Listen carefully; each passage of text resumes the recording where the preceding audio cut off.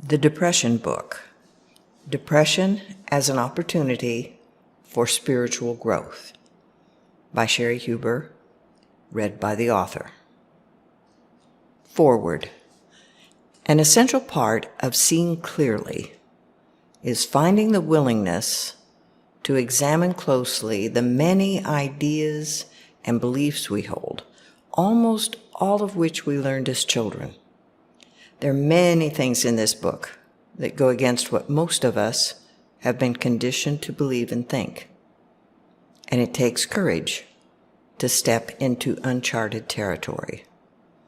If you hear something here that seems wrong or doesn't make sense, see if you can slide it onto a back burner, remaining open to whatever truth there is in it. You might see it differently after considering it for a while. We offer this book neither as an explanation of, nor as a cure for depression. Please don't conclude that we're saying you shouldn't seek treatment or counseling. The primary point of this book is to suggest that depression, like anything else in life, can be received as a gift that will aid in your spiritual growth. If you're willing to find compassion for yourself in the midst of the dull pain of depression, you will, perhaps, see how this is so. So, you're depressed. This book suggests that this is your best opportunity to see the cause of your suffering, to accept where you are, to embrace yourself in compassion, to let go and end the suffering. Right now, not later when you're feeling better. 3 steps you could take while depressed. 1, turn on this recording. 2, accept the pain and be as kind to yourself as possible. 3, appreciate yourself for having the willingness to do 1 and 2. For consideration, the state of depression is not the problem. The process of depressing is the problem. If you're depressed, ask yourself, what am I depressing? When depressed, you don't want to deny the experience, nor do you want to indulge it. A friend comes to you and says, "My husband just left me." You don't say, "Good riddance, he was a toad." And you don't say, "Here, take these pills. Suicide is best." So, what do you do? Each time you're depressed, stop and turn your attention inward. Imagine that you're someone you have no reason to dislike. Pay attention to all your feelings and begin to record them. No analysis, just turn on the recorder and allow your feelings to come out like a volcano. Spew it out. Express it in whatever way. Stay with yourself, this person you like, until you express everything you need to express. Go through all the feelings that arise until it seems like you get to the end of it. The point? When you do this kind of process, you will begin to see patterns. You'll begin to see the steps you take that lead to self-hate and depression. You'll notice your fears and assumptions and conditioned reactions to circumstances. It will begin to become clear that depression is something you do, not some larger-than-life ogre to which you are a victim. You can do this for yourself. What we're moving toward is letting go of everything that keeps us from being present with ourselves. And the first and last thing we'll encounter is fear. We're afraid of how we feel, afraid of who we are. The importance of understanding depression in general, and yours specifically. Your depression is not random. You feel, think, say, and believe the same things every time. Perhaps what you're depressing changes. How you depress remains the same. The only way we can know what's going on is to sit down with an open mind and pay attention.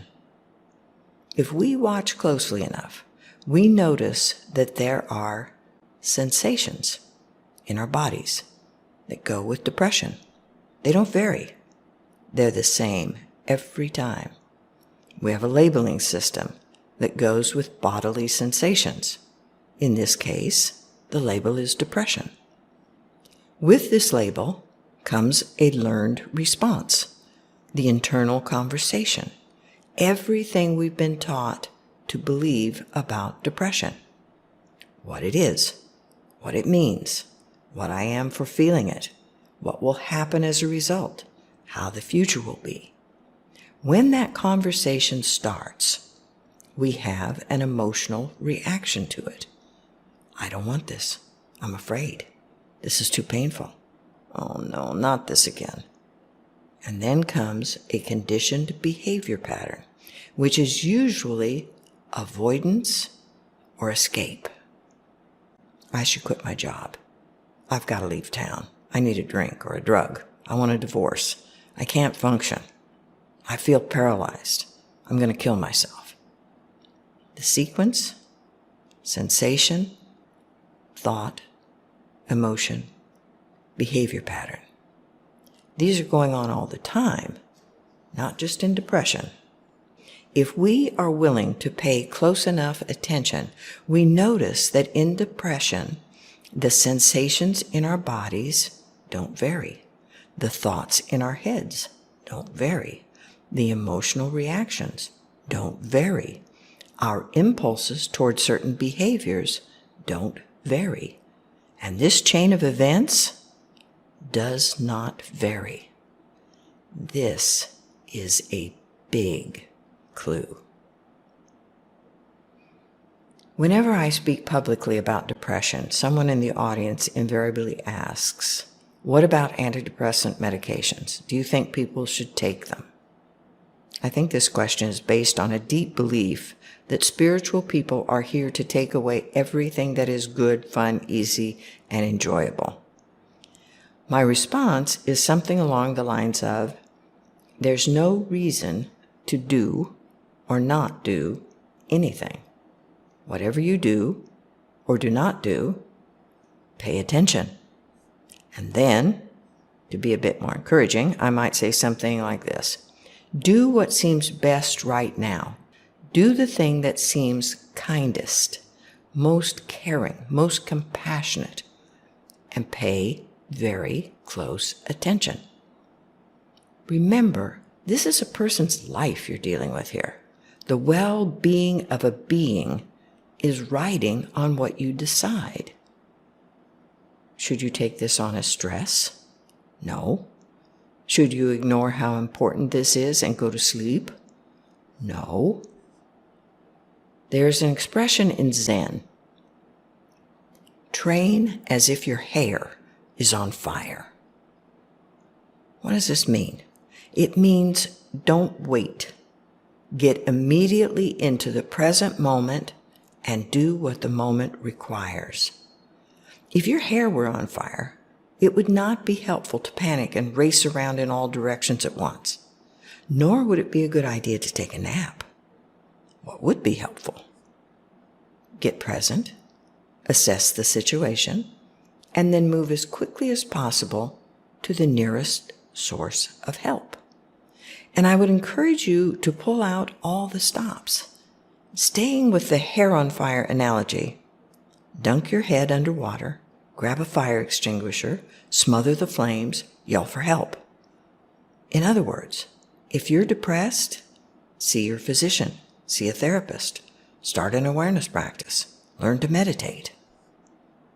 And my most essential encouragement to you is this: become an authority on depression. Especially become an authority on your own depression. A doctor says something and you find it very interesting.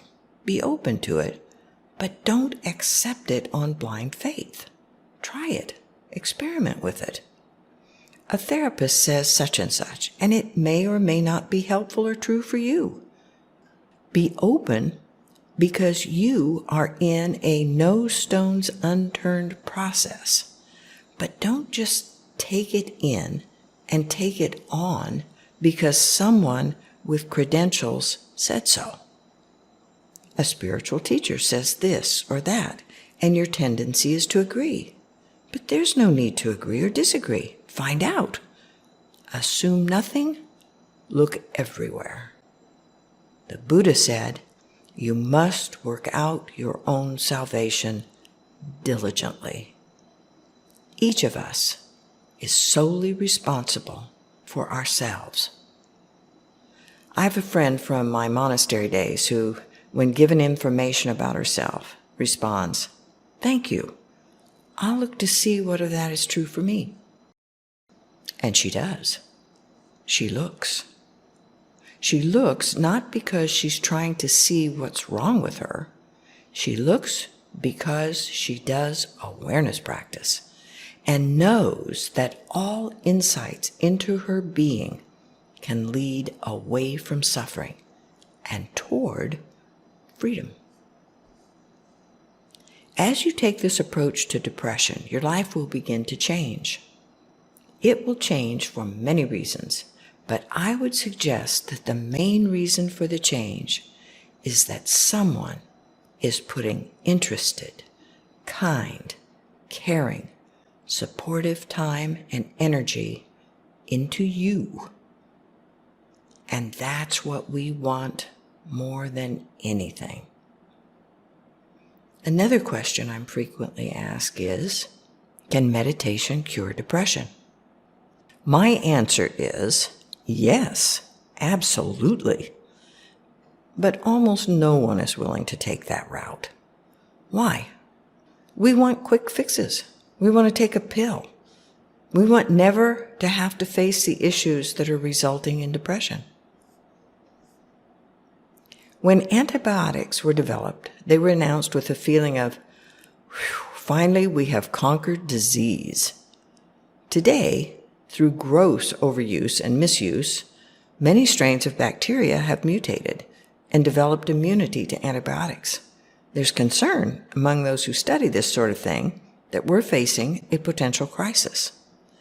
I've read that experts don't believe the same will happen with antidepressants as has happened with antibiotics, even though there has been, by almost any standards, just as much overuse and misuse.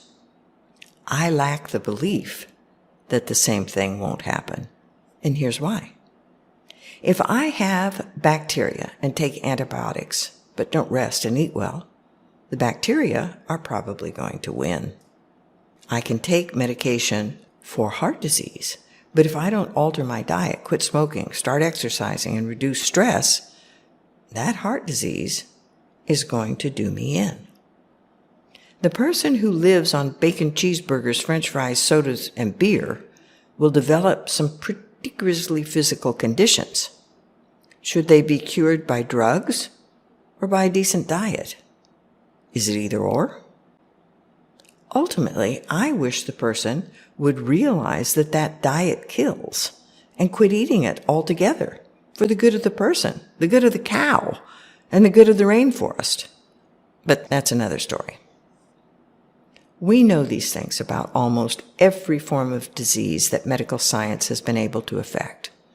Why would it be any different with depression? Why do we think we can take a pill indefinitely and be cured of depression while we treat ourselves as if we're indestructible, ignore signals that we're under too much stress, take on more than we can handle, and refuse to give ourselves the same caring time and attention we give to those we love. When the body is allowed to function in a balanced and harmonious way, it has its best chance to provide what it needs to be healthy. As children, we learned that when we operated from who we are, we got into trouble. We learned that there's something wrong with us. We don't want to have that experience again, so we try harder and harder to be the person we're supposed to be. What we're suggesting is, there never was anything wrong with you. It's okay to be who you are, okay to have all your feelings. That's what sentient beings have, feelings. A belief. If we don't get our hopes up, we won't be disappointed. If I'm always disappointed, disappointment won't be so disappointing. If I'm not too happy and optimistic, I won't have so far to fall when the bad times hit. The place where most people can recognize that is the times when they've been feeling good for a while, and then they start getting nervous that it won't last. This is commonly known as waiting for the other shoe to drop. Belief. If I maintain a low-grade depression, maybe I can shield myself from real unhappiness. Note, if this describes you, have you ever asked yourself if this process actually works? Being depressed is like wearing sunglasses with black lenses. When you have them on, everything looks dark. What color lenses would you assign to other life experiences, such as joy, fear, love, sadness? When we respond to circumstances of our lives by putting on the dark glasses of depression and despair, we're responding from lifetimes of conditioning. We've learned that certain situations require certain responses, and the very thought of not responding the way we should frightens us, if we even think of it at all. When we find ourselves wearing those glasses, it is possible, through a process of acceptance and compassion, to take them off. And even though this notion of ending the depression sounds very appealing, to a part of us, it feels like death, leaves a hole in our identity, an empty space that usually feels unbearably uncomfortable. Making peace with emptiness, becoming friends with spaciousness, requires great courage. We are sentient beings trying not to be sentient, living beings tensed up against life. That's depression. This is what I think. This is what I feel. Therefore, this is who I am. This is reality. When we are depressed, this seems so obviously true that questioning it never occurs to us. And in a narrow sense, it is true. It's just that by believing it, we close ourselves to universes of possibilities. Thoughts and feelings are not the same. Here's an exercise. Complete the following. How do you feel? I'm depressed. That's not a feeling, that's a thought. Look closely. How do you feel? A common pattern of confusing thoughts with feelings. I'm depressed. Something distracts my attention from my misery. For a while, I'm not aware of the depression.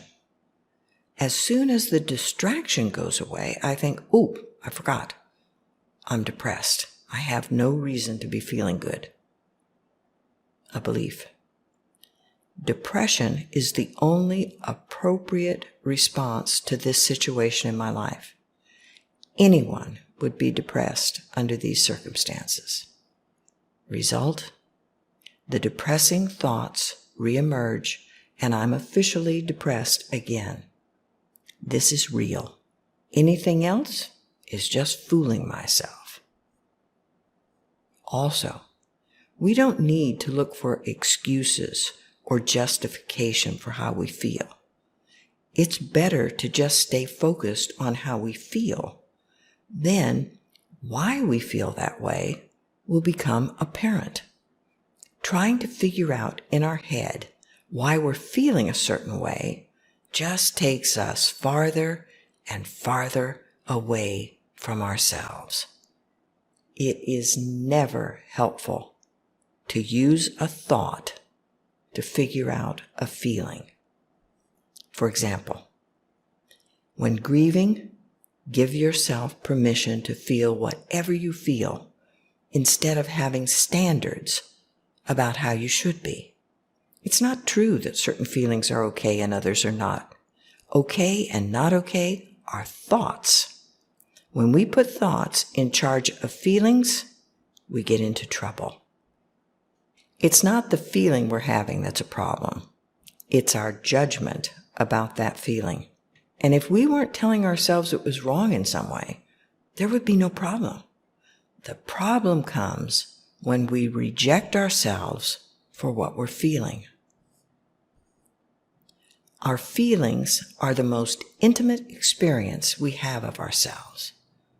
Very often we think we need to blame ourselves for our feelings or feel guilty about them and then punish or discipline ourselves.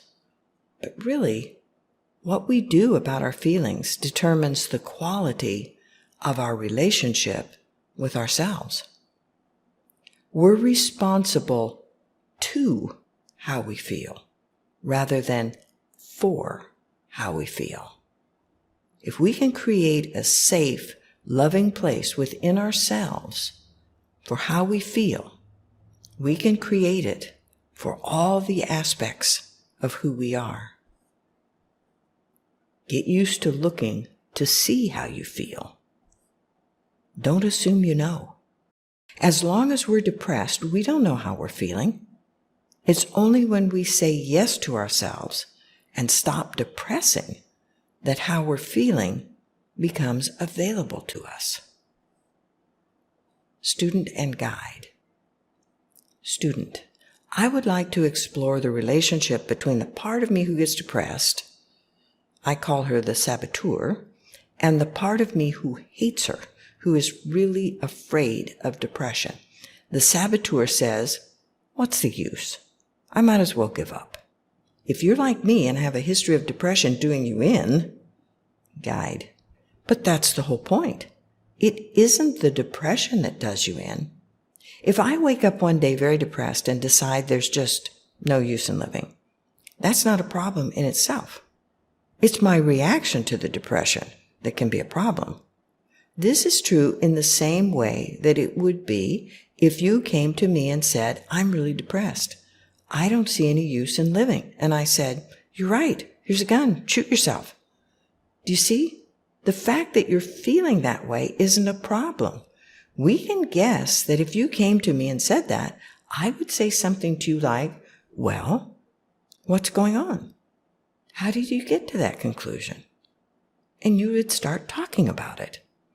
First, you would talk about the what's, the external elements of your situation. This isn't working and that isn't working and I feel this and I feel that. And then we would start talking about what's under that. Well, this is going on and that's going on. Then we talk about what's under that. Well, as we worked our way down through the layers, we would get to a place of, "I don't like this. I don't want this. I don't want to be having this experience." Well, you are. So now, how can you sit still with that? How can you be with that? In our practice, we take the next step of how can you embrace that? How can you be with that as though you were with one of your children who came to you and said, Mom, I'm depressed. You wouldn't say, get out of here. I don't want to hear that kind of talk. The work is to develop the same relationship with yourself that you would be willing to have with someone you love. Actually, you would even be willing to have it with someone you hardly know. Student. Okay, let's talk about the one who is really afraid of hearing that depressed voice inside of me and wants it to go away altogether. Guide. Because that one is the problem. Student. Yes. Guide. This is where we introduce the notion that none of this happens by accident. Because if we simply have the one who's depressed and wants to die, that's manageable. I've been depressed and wanted to die so many times in my life that, I can't take it too seriously at this point. I say, oh, okay, I'm really depressed. So now how can I take care of myself while I'm feeling this way? And is it fun? No, it isn't fun.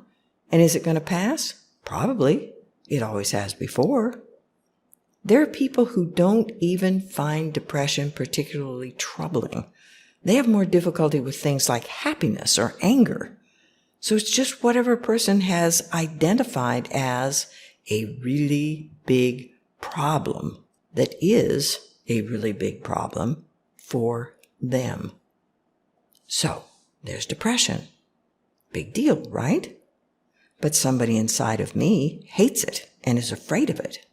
Now, if I get depressed and then get upset that I'm depressed, wouldn't you think that I would want as quickly as possible to find out everything I could about depression so that I could manage it or master it in some way? Student. Well, eventually, yes. I don't think, though, that I'd want to do that while depressed, right? Guide. Well, here's the part of it that's interesting to me. Why is it that if this is a problem and something I want to do something about, why is it that the thing that also arises with it is the very thing that will stop me from doing anything about it? The fear and hatred of it will keep me stuck, not the depression. Let's say I have a toothache, and I really hate going to the dentist. I'm afraid of going to the dentist. I put off going, and the toothache gets worse and worse. But I really don't want to go to the dentist because of my fear and hatred, and the pain gets worse and worse and worse. Now, I don't know what would eventually happen. I guess the tooth would fall out or something, and the pain would stop. But then what would happen? Another tooth is going to hurt, right? And there are lots of teeth. At some point, I would have to admit that by going to the dentist, I might not have this pain. And so, if I remain completely invested in staying with my fear and hatred, wouldn't you become suspicious that there's another payoff for me, such as I get to have this miserable experience all the time? Student. Which is what I'm familiar with. Guide. Which is what I'm familiar with. Yes. Student. I'd rather do this than change. Guide. Yes. So I don't think it's an accident that when this depression comes up, right along with it is the reaction that's going to maintain it. That's one of the things we talk about here in practice that causes many people to head for the door because it sounds so preposterous. It's just such an absurd notion. Why would I want to maintain depression? I hate depression. I don't want to be depressed. That's crazy. That's stupid. I'm not doing that. I want to get over this. I don't want to feel this ever again. Well then, stop hating it.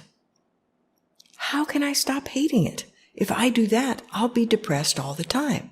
The only thing that's keeping me from being constantly depressed is that I hate depression so much. No. Do you see? The biggest difficulty, as I see it, is to be open to the possibility that what they think is going on just might not be going on. Everything in our conditioning tells us that the way to get rid of something is to hate it. Hate it out of existence. Resist it out of existence. When we present to a person that resistance is maintaining the problem, they tend not to want to talk to us anymore. Old Zen story. Bodhidharma's successor comes to him and cries, "My mind is not pacified. Master, pacify my mind." Bodhidharma says, "If you bring me that mind, I will pacify it for you." The successor says, "When I search for my mind, I cannot find it." Bodhidharma says, "Then your mind is pacified already." I'm trying desperately to get rid of something, and I can't get away from it for a second. I drop my resistance to it, invite it in, and it's nowhere to be found. But when I get into a really tight spot, I'm afraid of dropping the resistance. When you're drowning, you need to relax. But how can I relax when I'm drowning? That's nuts. What I have to do is fight for life. No, fighting for life will kill you. Letting go, a guided imagery. This imagery is on letting go, and it is for me two things. First, it is the disidentification, the movement from being identified with someone or something that is separate. Second, it is the movement back to center, to that openness, the place of acceptance, the experience of being at one with our true nature, with all that is, with wisdom, love, and compassion.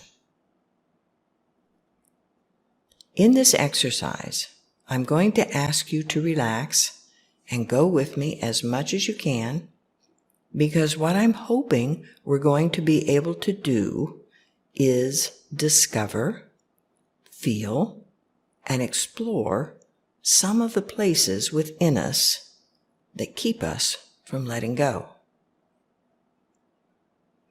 Get as comfortable as you can, the idea being to stay awake, and start with several long, deep breaths. As you take the breaths, see if you can keep your attention focused on the breath as it enters your body, as it fills your body, and as it leaves your body.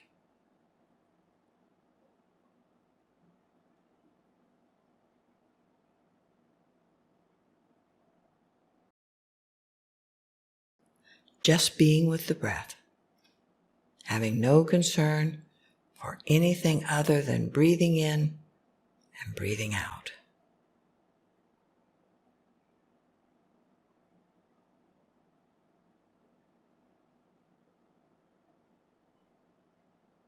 And as you allow your breath to return to normal, spend just a moment or so checking in with your body, allowing your awareness to expand to include your entire body, from head to toe, being open to the body, aware of it, sensitive to it, in a way that will allow it to give you any information that it has for you.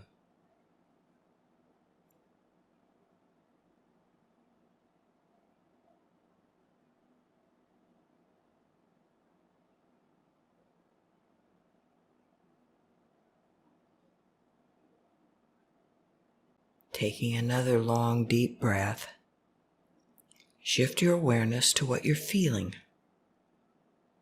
to your emotions. Once again, being open, just being available.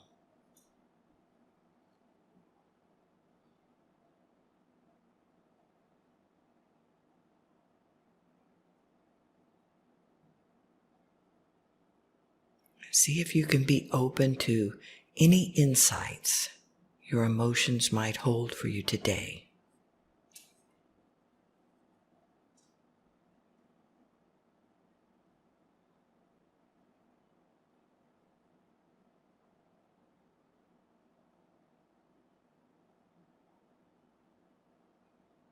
Now, another deep breath, and allow your awareness to expand to include your mind. Not trying to change anything or improve anything, just noticing.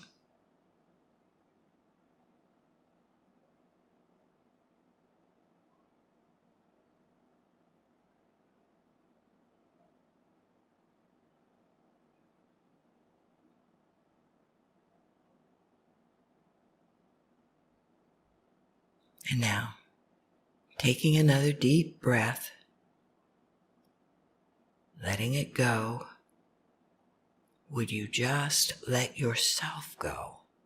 Just allow yourself to let go completely and absolutely.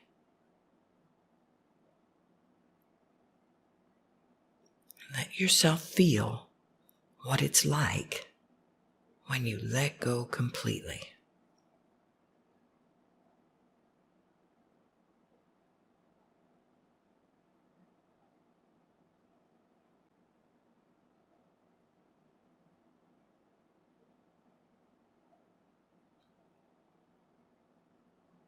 What is letting go completely like for you? Is it like laughing, dancing, running?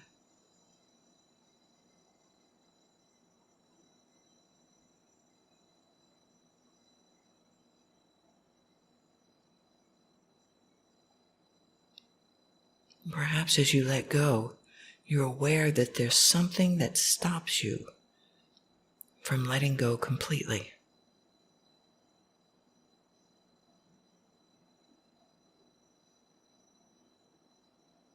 So, would you allow yourself to become aware of that as completely as you can for right now?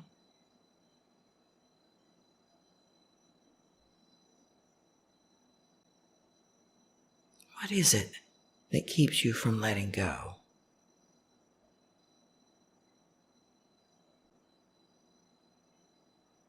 Where is it in your body?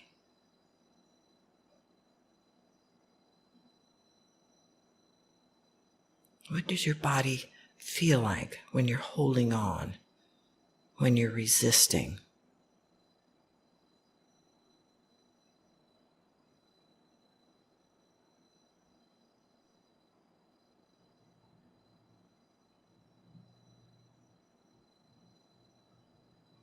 What happens with you emotionally when you can't let go?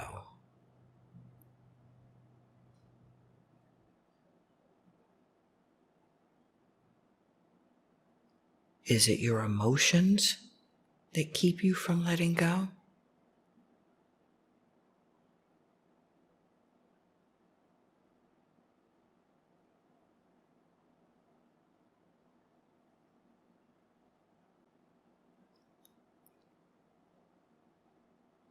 What is it like in your mind when you can't let go?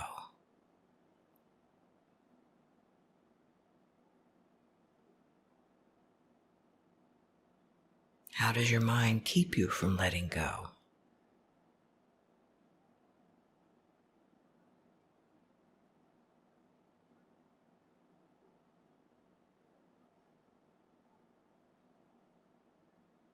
When you find something within you that keeps you from letting go, see if you can simply acknowledge it. Thank it for taking care of you and protecting you in the way that it does.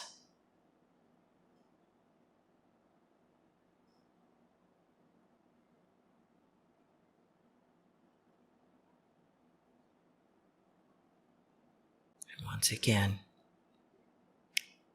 take a nice, long, deep breath and then let go. Just feel yourself let go. No restraint, no concern, relaxing completely, absolute faith.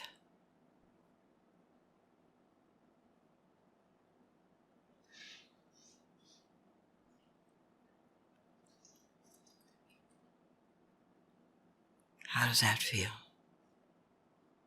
Is it calm? Is it peaceful? Letting go utterly? See if you can take it to an even deeper level. Letting go more fully.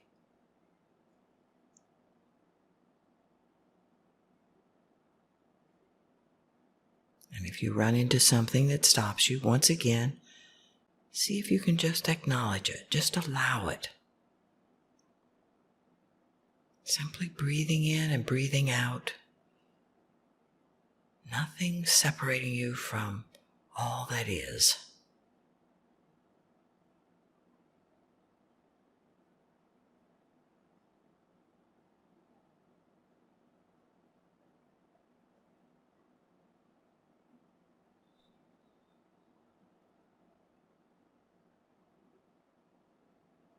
And just stay with this for as long as you want or need.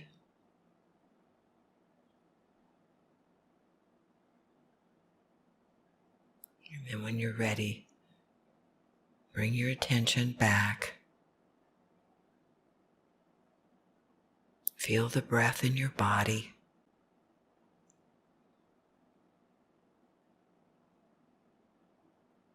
And slowly open your eyes.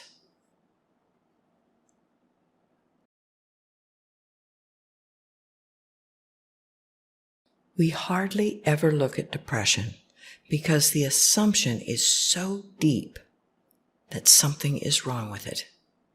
Hide it, reject it, deny it.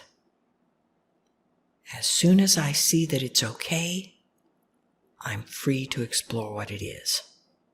A really good starting point is being open to the possibility that it's nothing like what I've thought it is.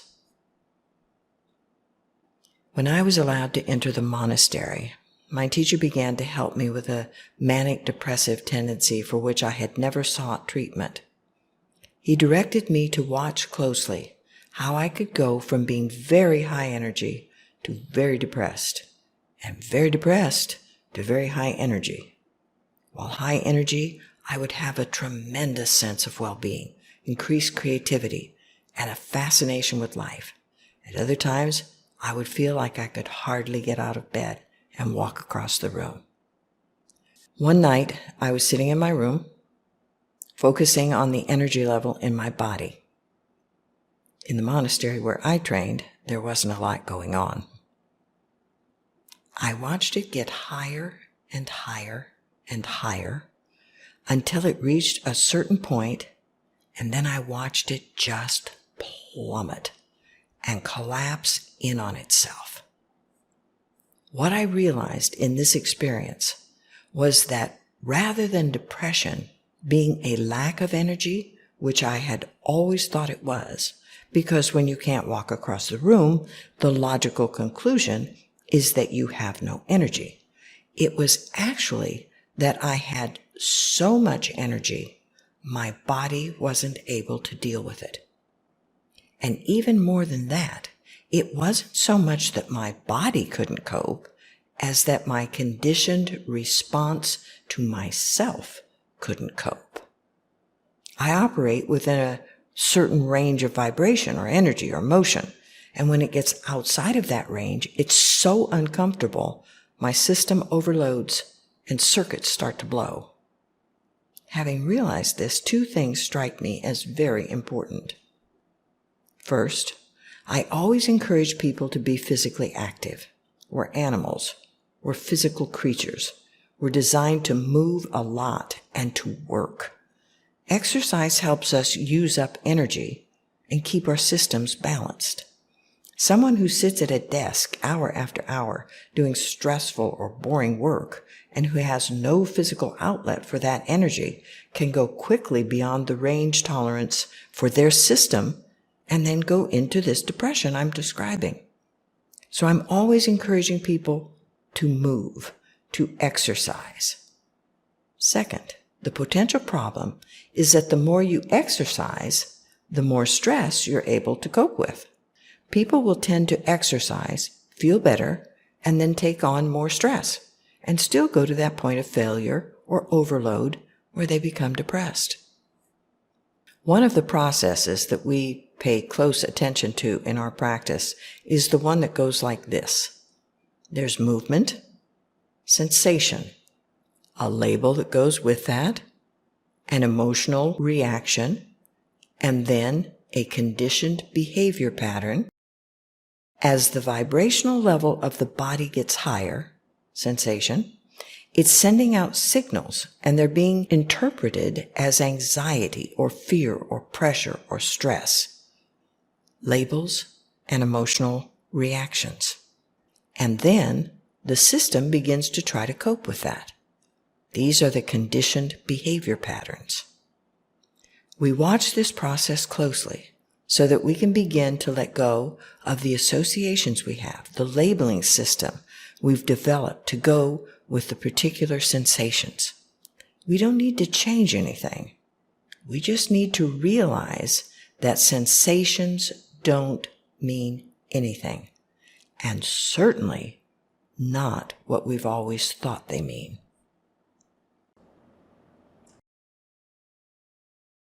As we understand this process more clearly, as we know that depression isn't something outside our ability to influence, we can make other choices about the level of stress that we're willing to take on, especially when we recognize that building the stress in that way, the energy level getting higher and higher in that way, is one of the first steps in depression. Guide. In Eastern philosophy, there's the concept of chakras. These are energy centers, and there are 7 of them, ranging from the tip of the spine to the crown of the head. 3 of them play a big role in the relationship between anxiety and depression. The 6th chakra, located in the head, is where our social conditioning resides. The 6th chakra knows how everything should be and is very concerned with control. The 3rd chakra, located in the solar plexus near the stomach, which could explain butterflies, is the will center, the center that enables us to exert influence in the world.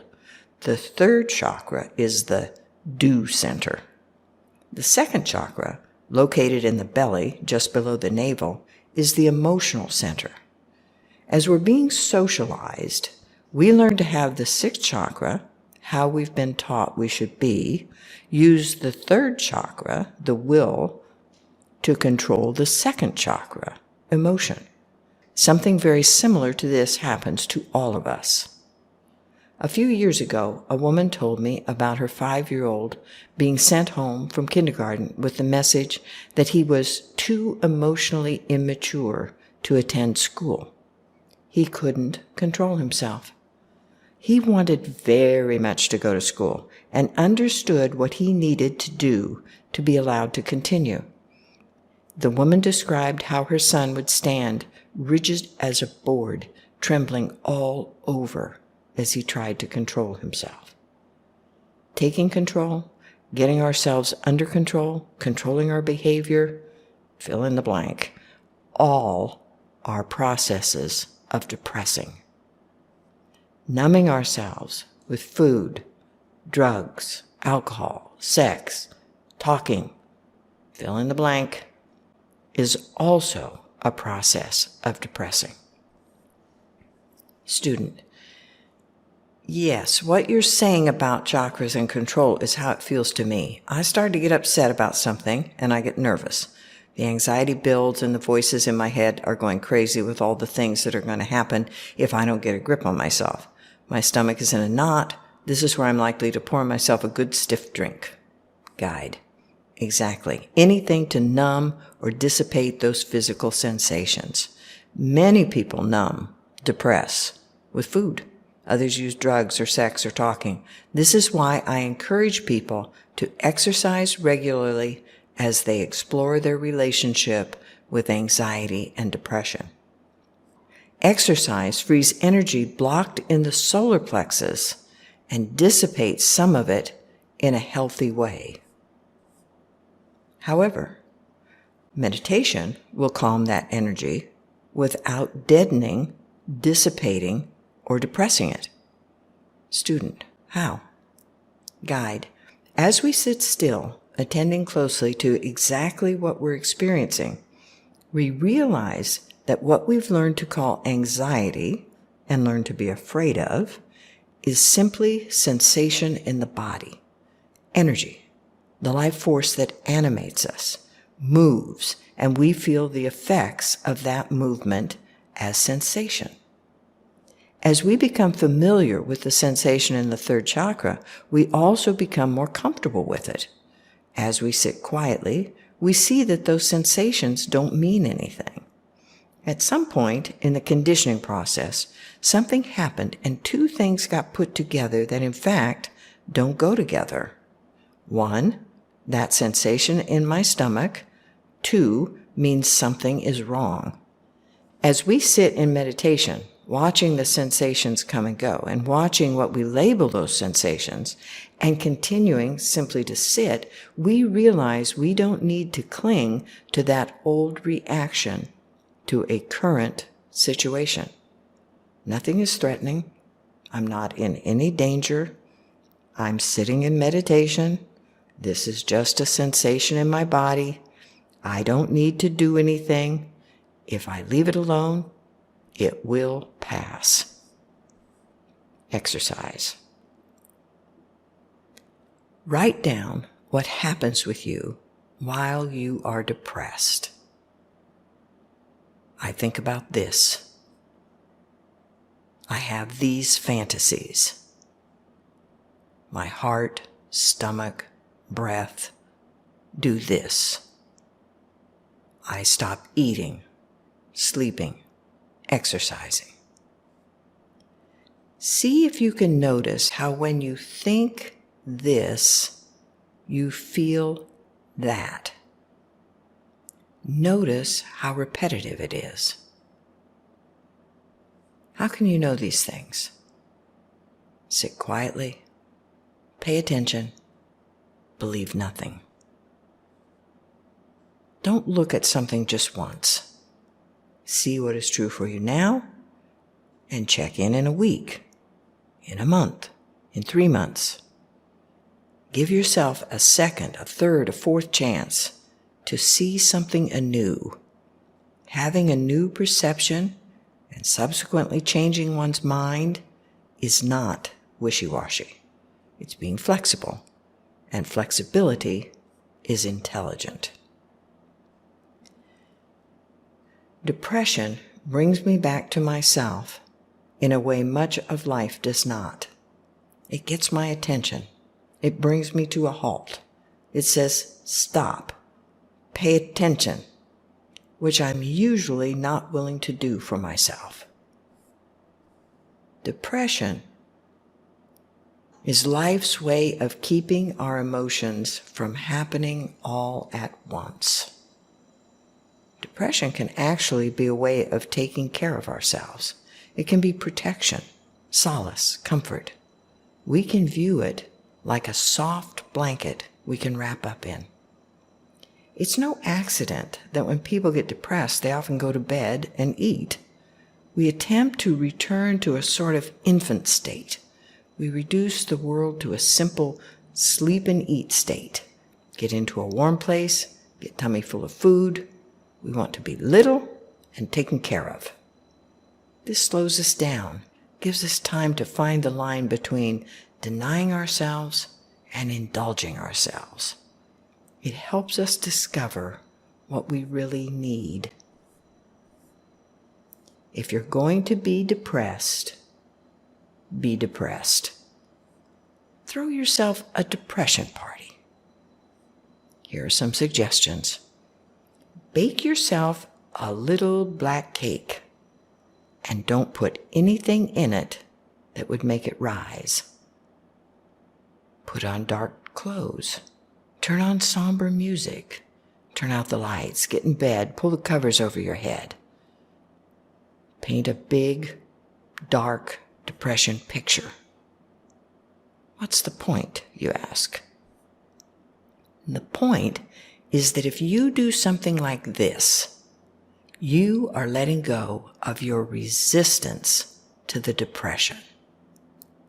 For instance, if you paint or draw a picture of your depression, you have to get outside of it in order to form an image of it. In other words, you disidentify from the parts of you who are depressed. And from this disidentified place, you're better able to gain some perspective. From this clearer, less painful place, you have the opportunity to embrace the parts of you who are suffering. Here's a little testimonial.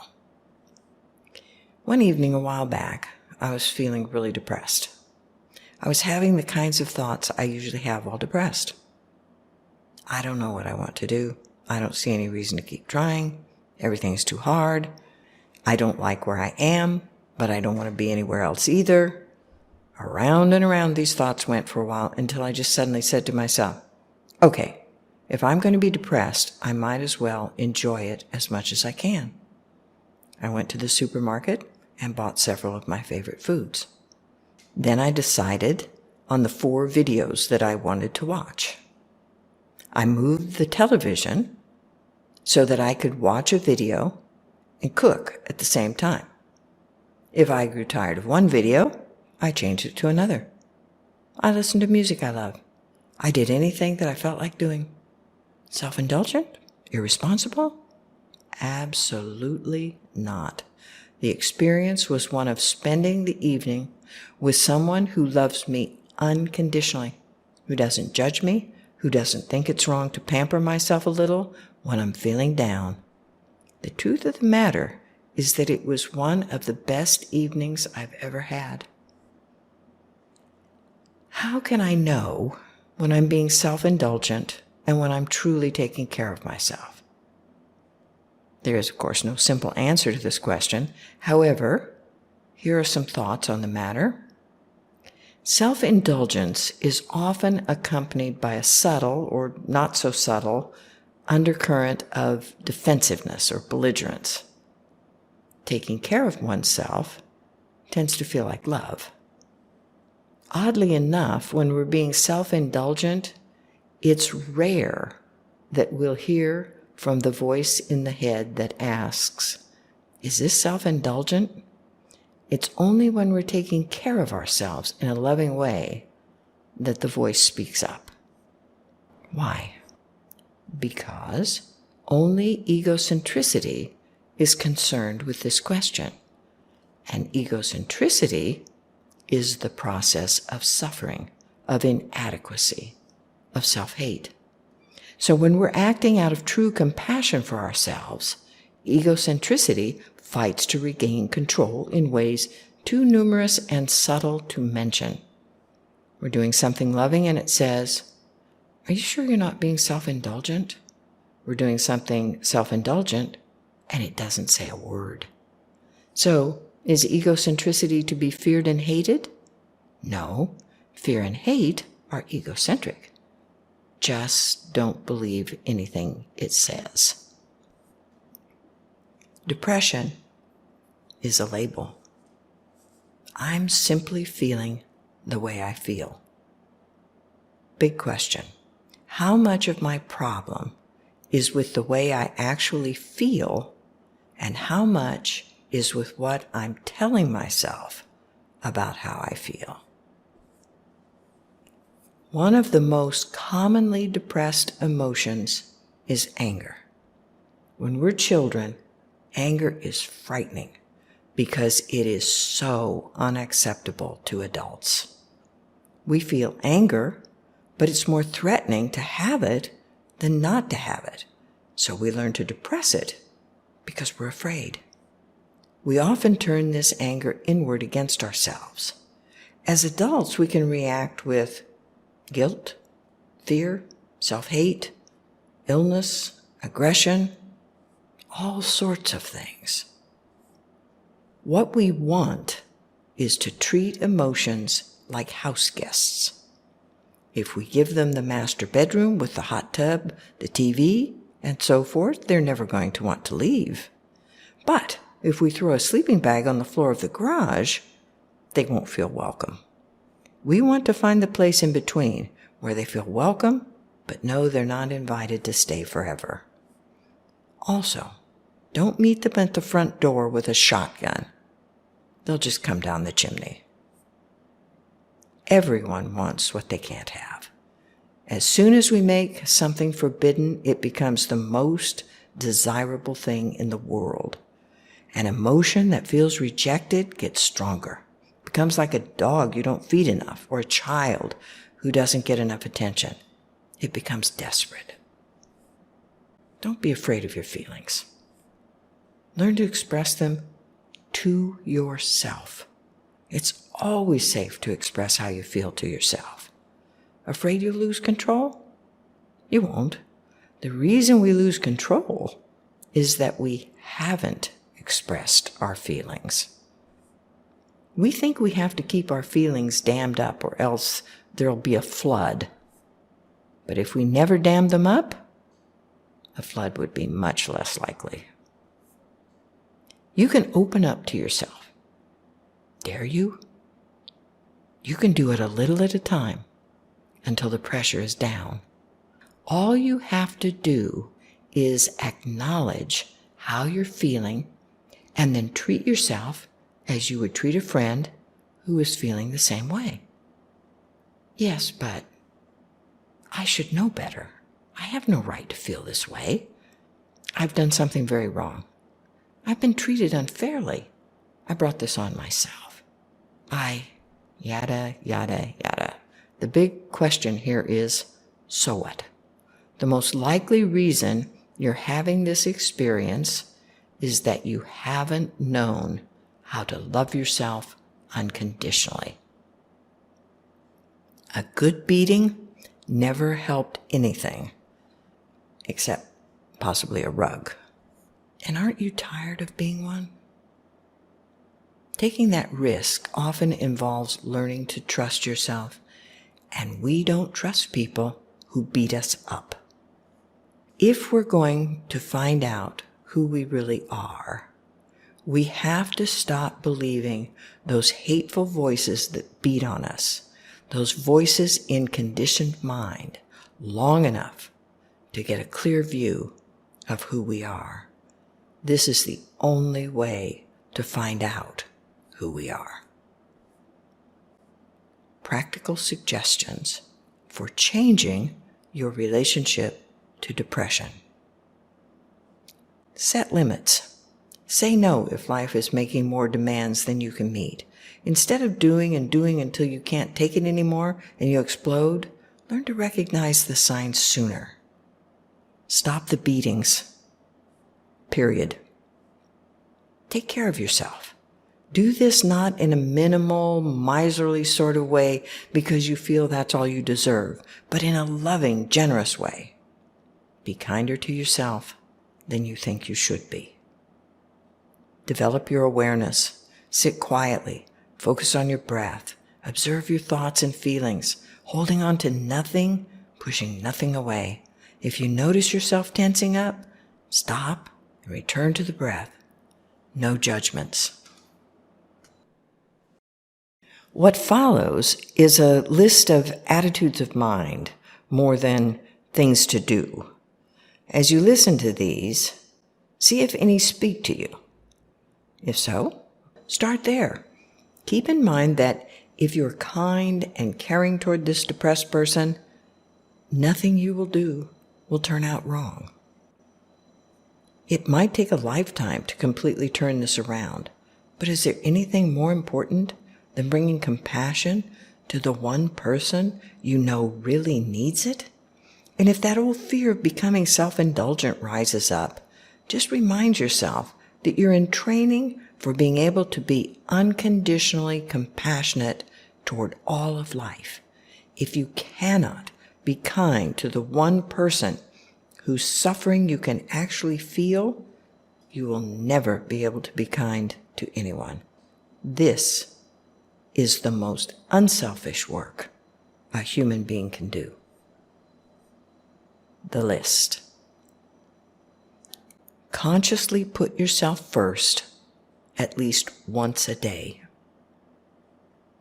Do something each day just because you enjoy it. Break any big task into several small ones. Take baby steps. Ask yourself how you feel and listen to the answer. Stop assuming you know yourself. Be willing to find out one little thing at a time about yourself. Baby steps again. Lower your standards. Rest a while. Congratulate yourself each time you accomplish anything. Make time for people who make you feel good. Say kind things to yourself. Give yourself time off from hard things.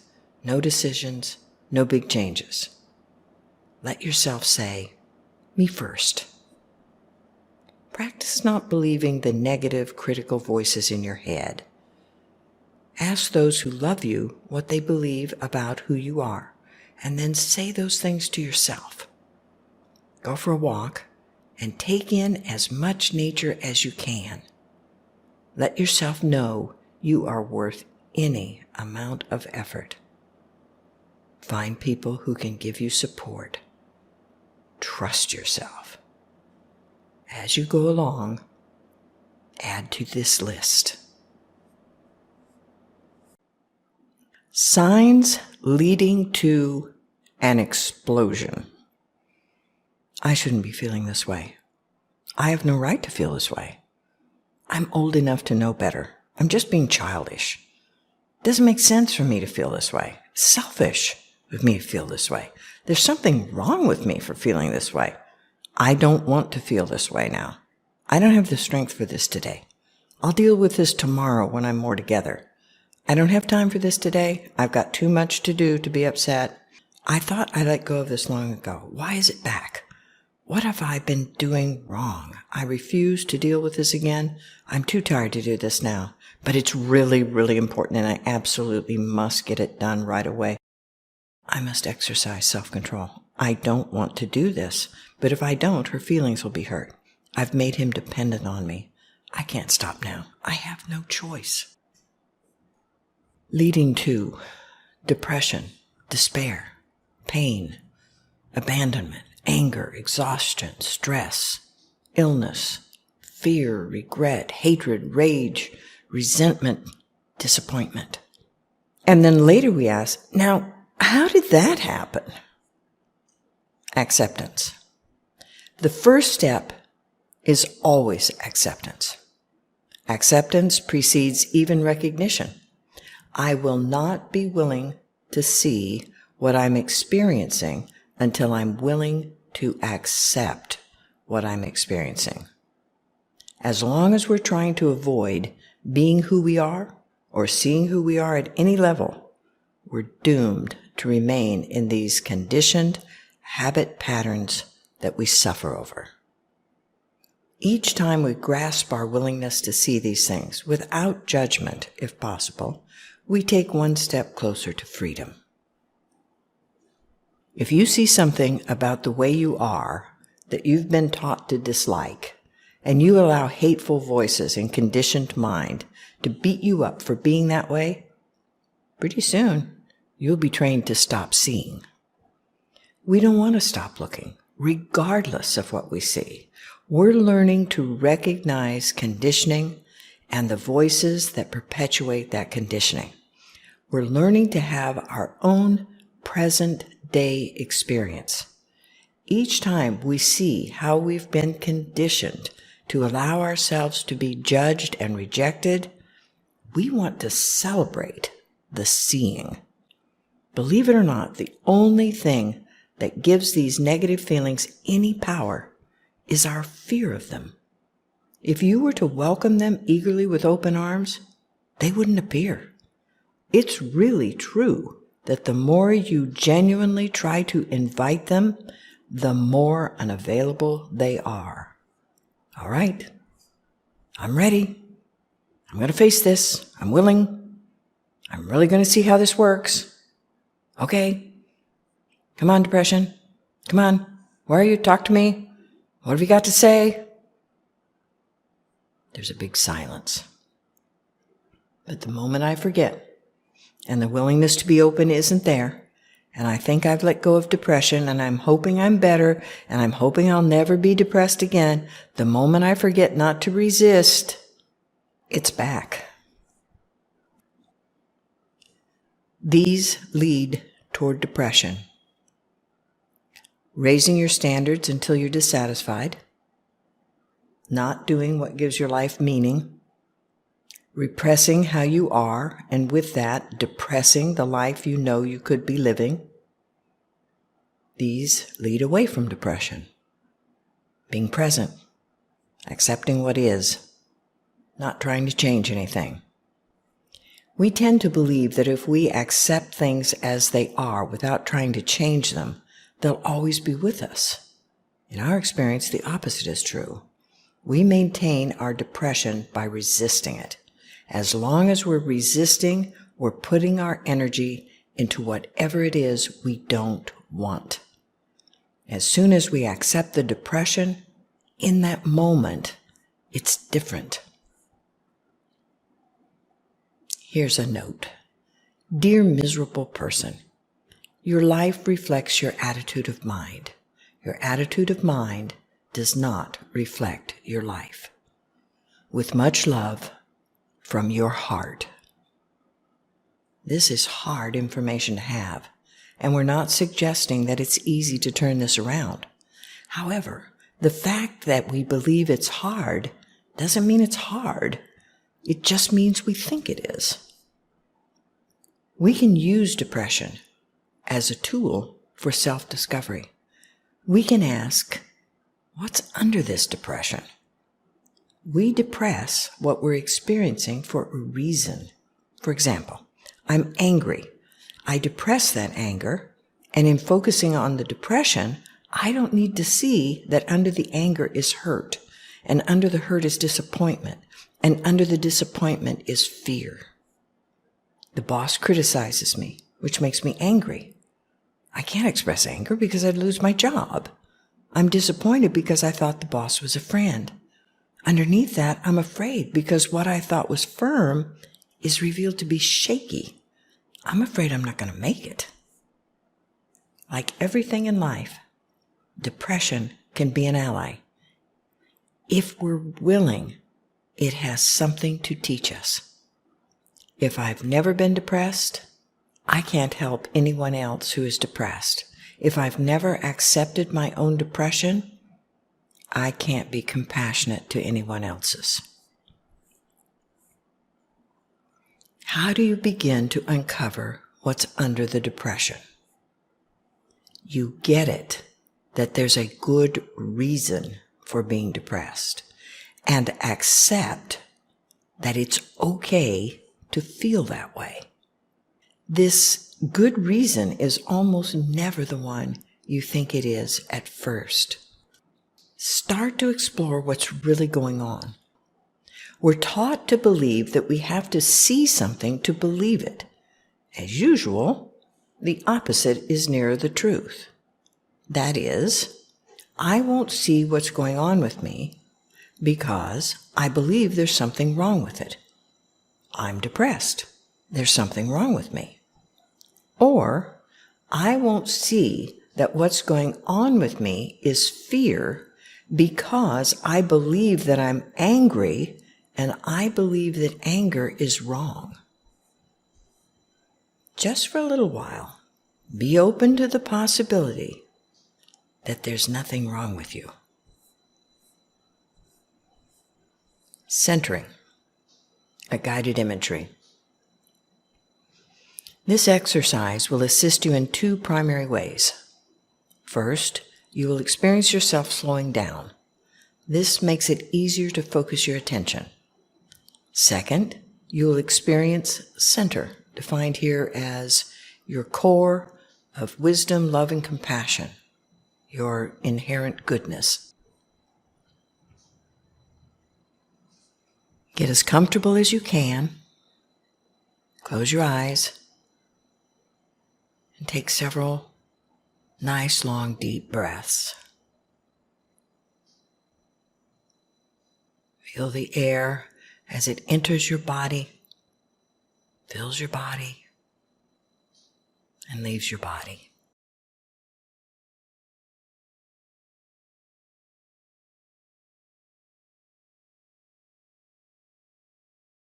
Now, shift your attention to your body. Can you feel the outline of your body as it rests against whatever you're resting on? If you notice discomfort in some part of your body, and if you need to move to release it, do so.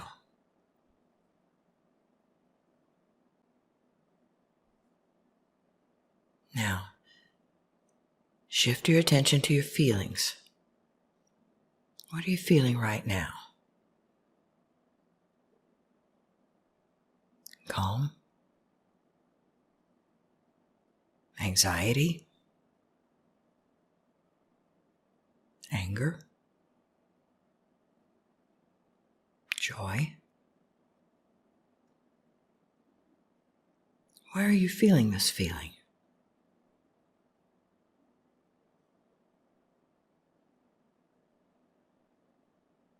What would be the opposite of this feeling?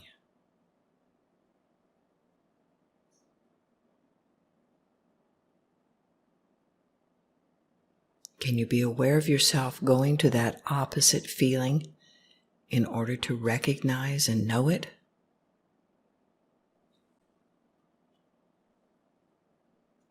Where in your body do you feel this opposite feeling?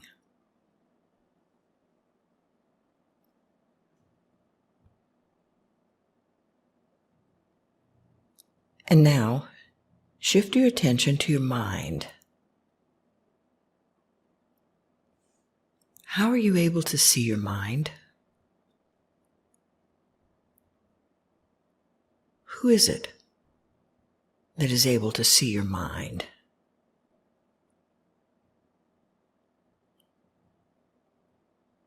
Just observe the activity that's going on in your mind right now.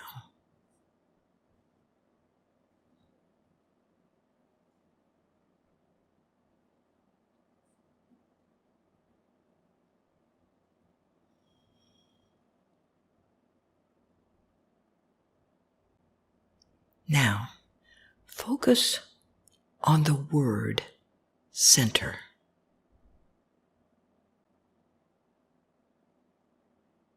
And on the concept center.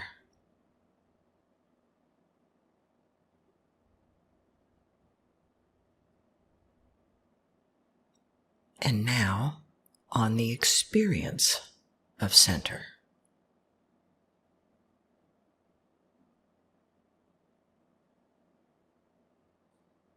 Has your attention shifted to that place or feeling that is your center?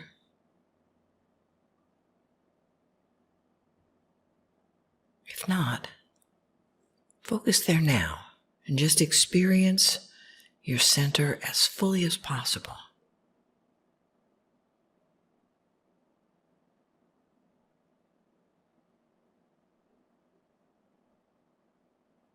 Can you become aware of the energy, the vitality, the life that is your center? See if you can feel that.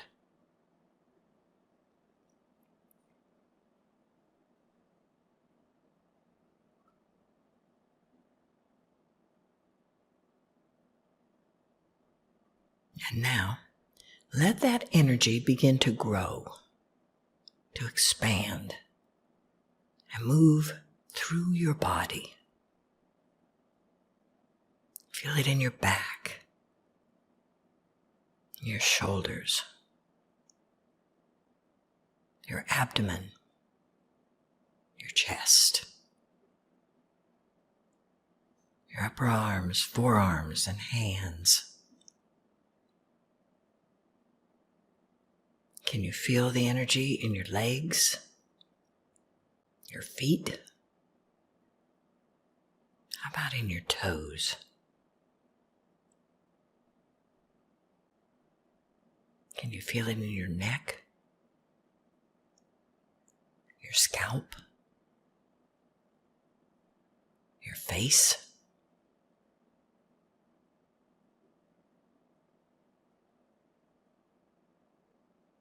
See if you can feel the energy throughout your entire body all at once.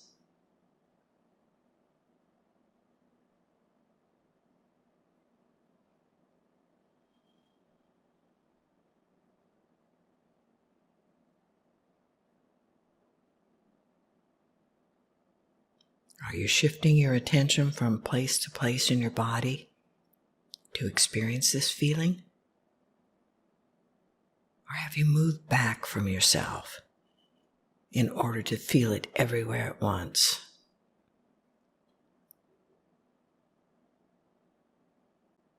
Look to see how you're experiencing this feeling.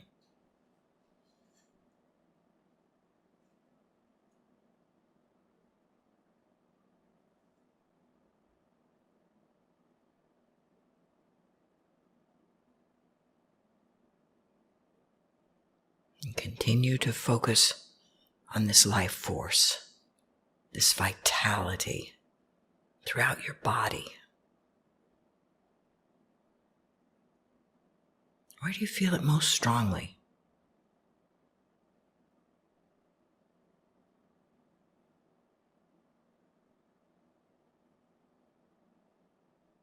Can you sense how you're able to experience this feeling?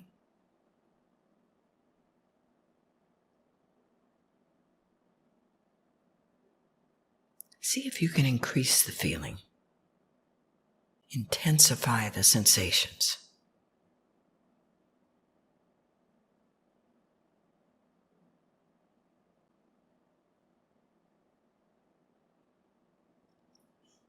Stay with this experience for as long as you like. And when you're ready, bring your attention back to the breath, feeling the breath moving in the body, and slowly open your eyes.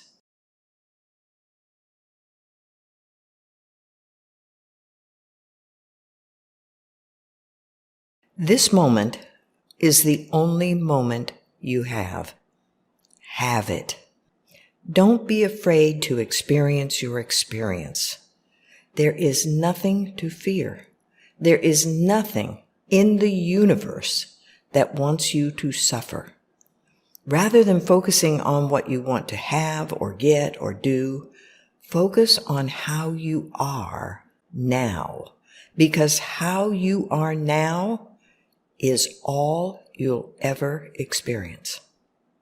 Projecting into the future from a present depression causes me to see a depressing future. I believe that what I'm experiencing is real. If I let go of that and get into the present, I realize the present is quite manageable. Nothing awful is going on except the way I feel. And if I didn't hate the feeling, it wouldn't be awful. Coming back to the present allows me to focus on what's really going on instead of overwhelming myself with imaginings. The feeling is only a feeling. The label is upsetting. How I treat myself in depression is more important than getting over it or what I'll do when it's over.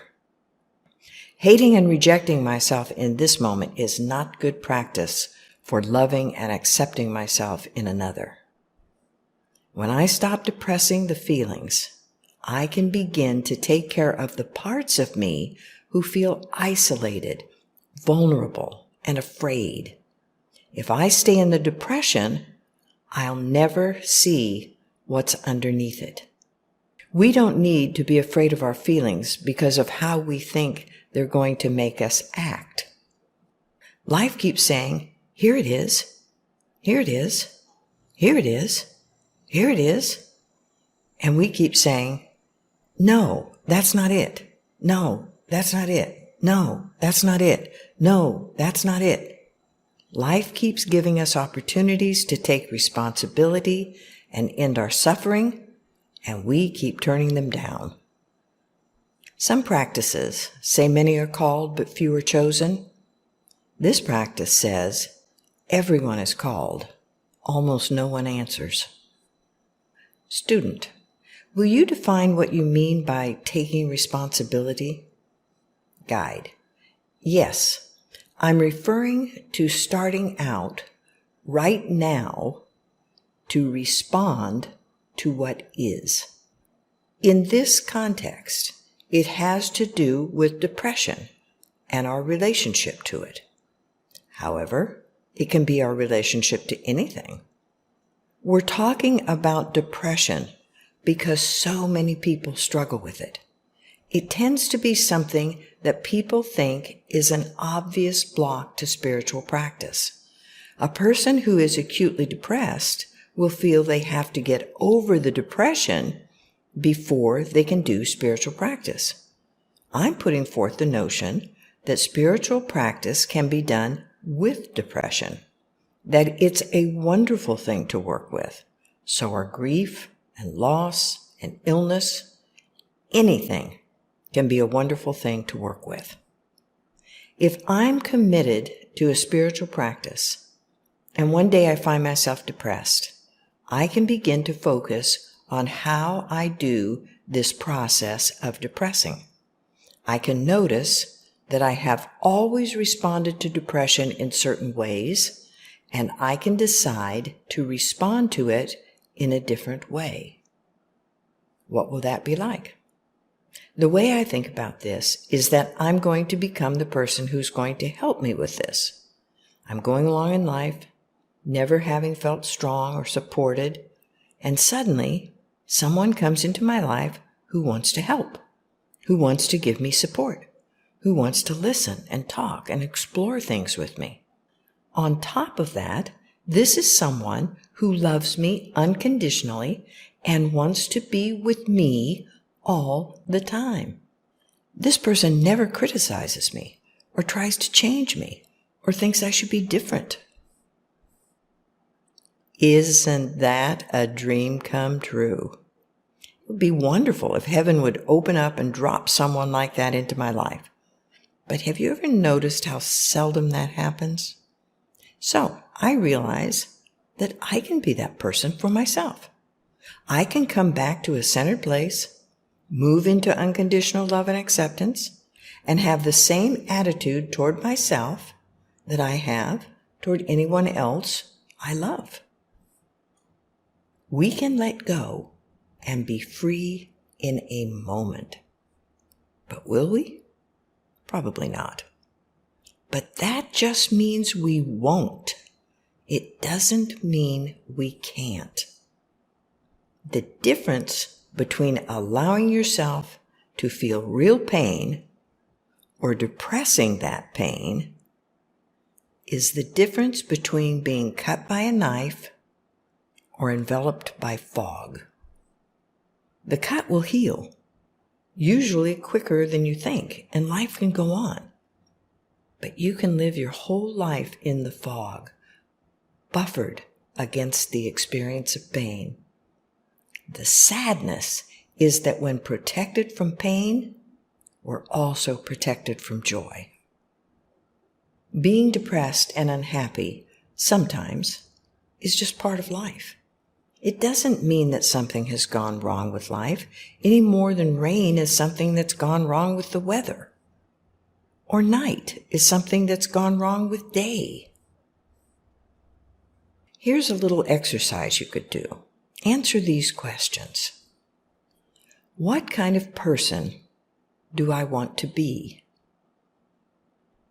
What kind of relationship do I want with myself? How would I like to take care of myself? What do I do instead?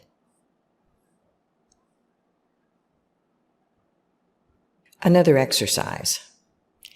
Put a check mark next to the things you would say to your best friend if he or she were depressed and came to you for help. You shouldn't feel this way. It's a sign of weakness. Would a big hug from someone who loves you help? Are you being kind and gentle with yourself? Just stop feeling that way. It's all your fault anyway. You asked for it. You're probably going to be depressed forever. Can you just let yourself be depressed without hating it? I don't want to be around you when you're depressed. Now, go back over your list and put a check mark next to the things you say to yourself when you're depressed. Everyone has one person to take care of. Be sure you take care of you before you try to take care of someone else. Again, learn to say yes to you before saying yes to others. And again, take care of your needs before attempting to take care of another's. This won't make you more selfish. It will make you more generous. We want to try to take care of others instead of ourselves because we can't take care of anyone else and we can take care of ourselves. What we're suggesting is that not taking care of ourselves is designed to perpetuate suffering. Why would we want to perpetuate suffering? It's familiar. It's what I think I deserve. It's safe. It's what everyone else does. I don't have to take responsibility. An exercise. How do you feel about having pleasure? Explore your beliefs.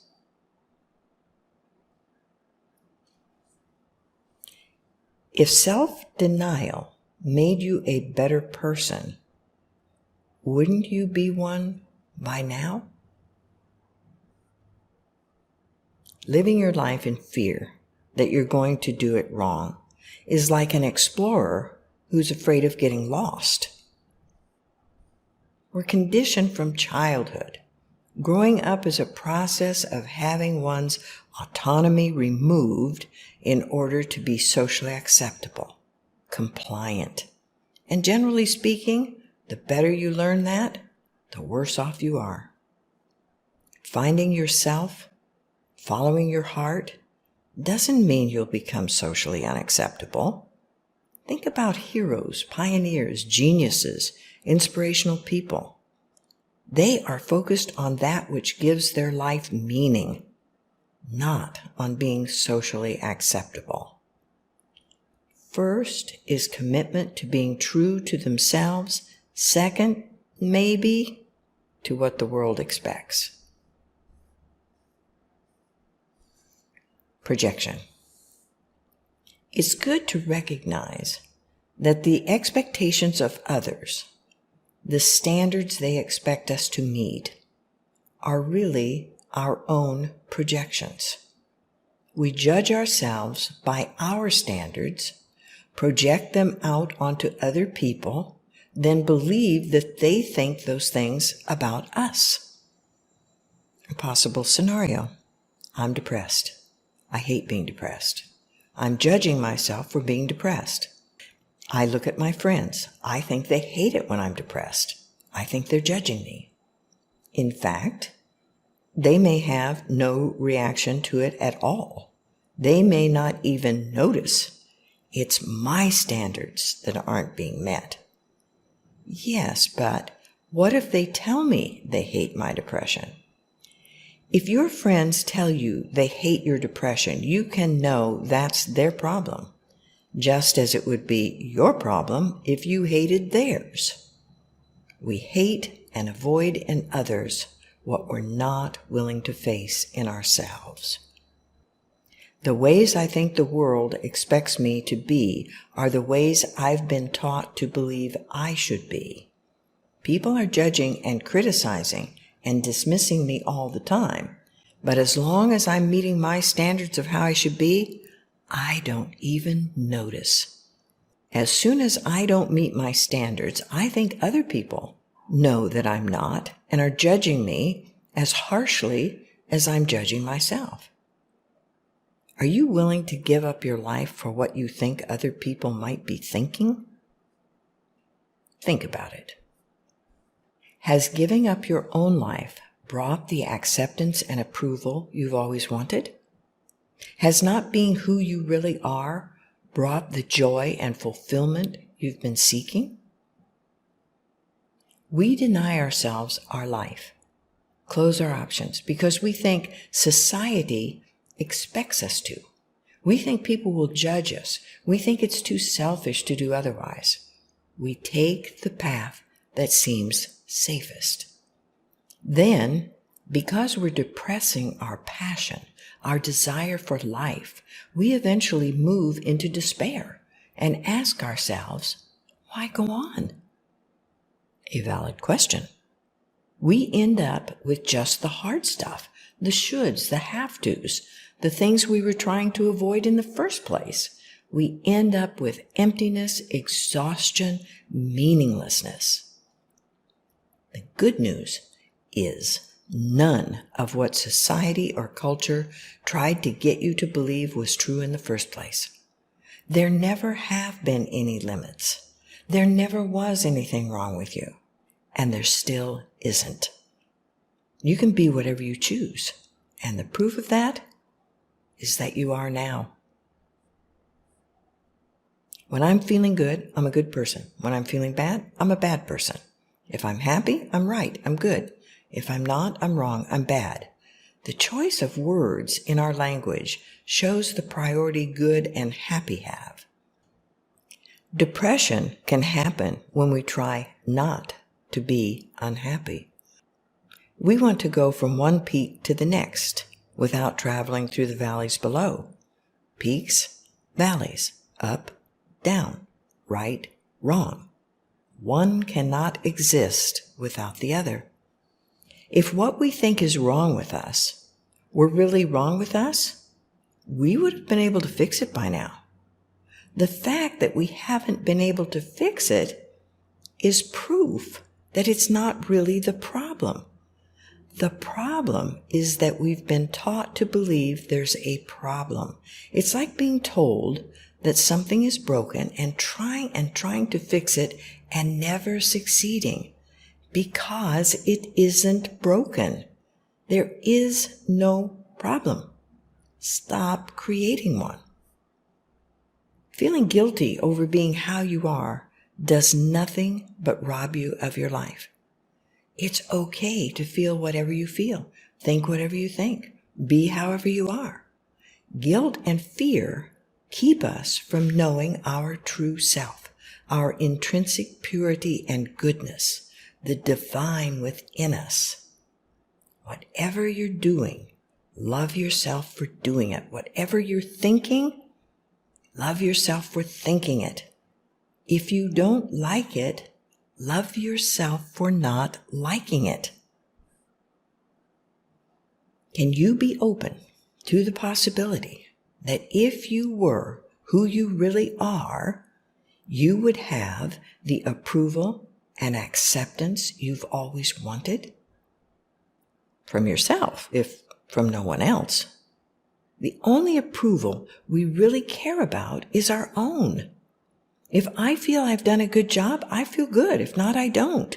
It doesn't actually matter to us what others think. Projection again. Here's how it works in part. Loop.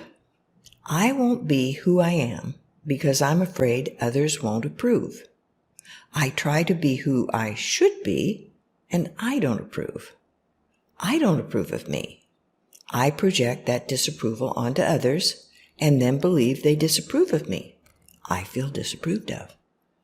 Therefore, it seems I have proof there's something wrong with me. And there kind of is. I'm caught in this awful loop of my own making. Irony.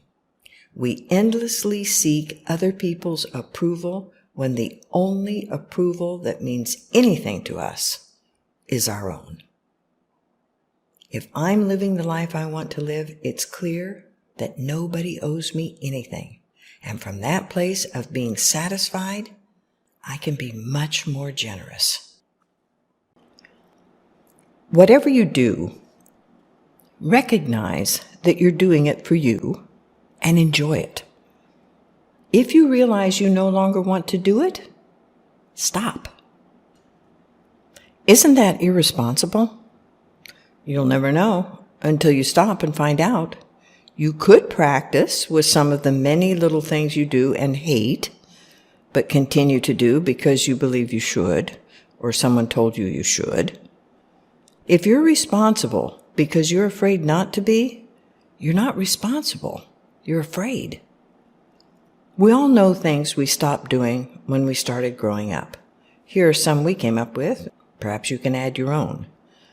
Playing in the woods, lying on my back watching clouds, knowing God, skating, playing baseball, drawing and painting, singing, getting excited about holidays, reading a book over and over, scribbling, playing in puddles. Something to consider.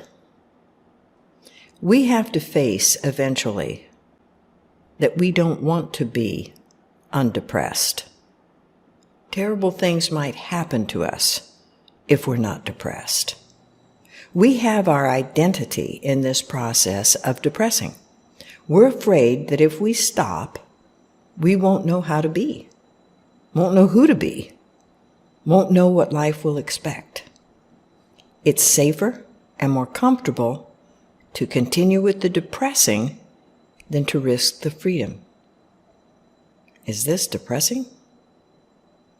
Can I realize I do this, rejecting well-being, without being depressed about it? It's depressing to realize that I've spent my whole life depressing myself. The most depressing part is that I've thought it was external. Now I'm getting the sense that it's something I've learned to do and now do to myself. To say this is depressing information is like saying that you're on a sinking ship and you've just discovered a lifeboat. You can stand there and be upset that the ship is sinking, or you can take the lifeboat. The lifeboat is the information in this book. Take it and go. Don't waste any time. The perspective of this book is that there is nothing more important than compassion. The compassion we're talking about might not look nice and polite. It doesn't necessarily mean doing what others want you to do or being how they want you to be. We're talking about being compassionate with yourself because everything else springs from that. It is not selfish to love yourself. And if you can't find compassion for yourself, you'll never find it for anyone else. You won't know how. You'll never be truly generous to anyone else while depriving yourself. The reason we don't tell anyone they should follow the suggestions in this book is that a person won't until they're ready. Most people never will be ready in this life. All we're saying is that when you're ready, here's the way you can stop being victimized by the sensations and voices and reactions of depression. This is definitely not another stick for you to be beaten with. When you've suffered enough, you'll remember that you know how not to suffer.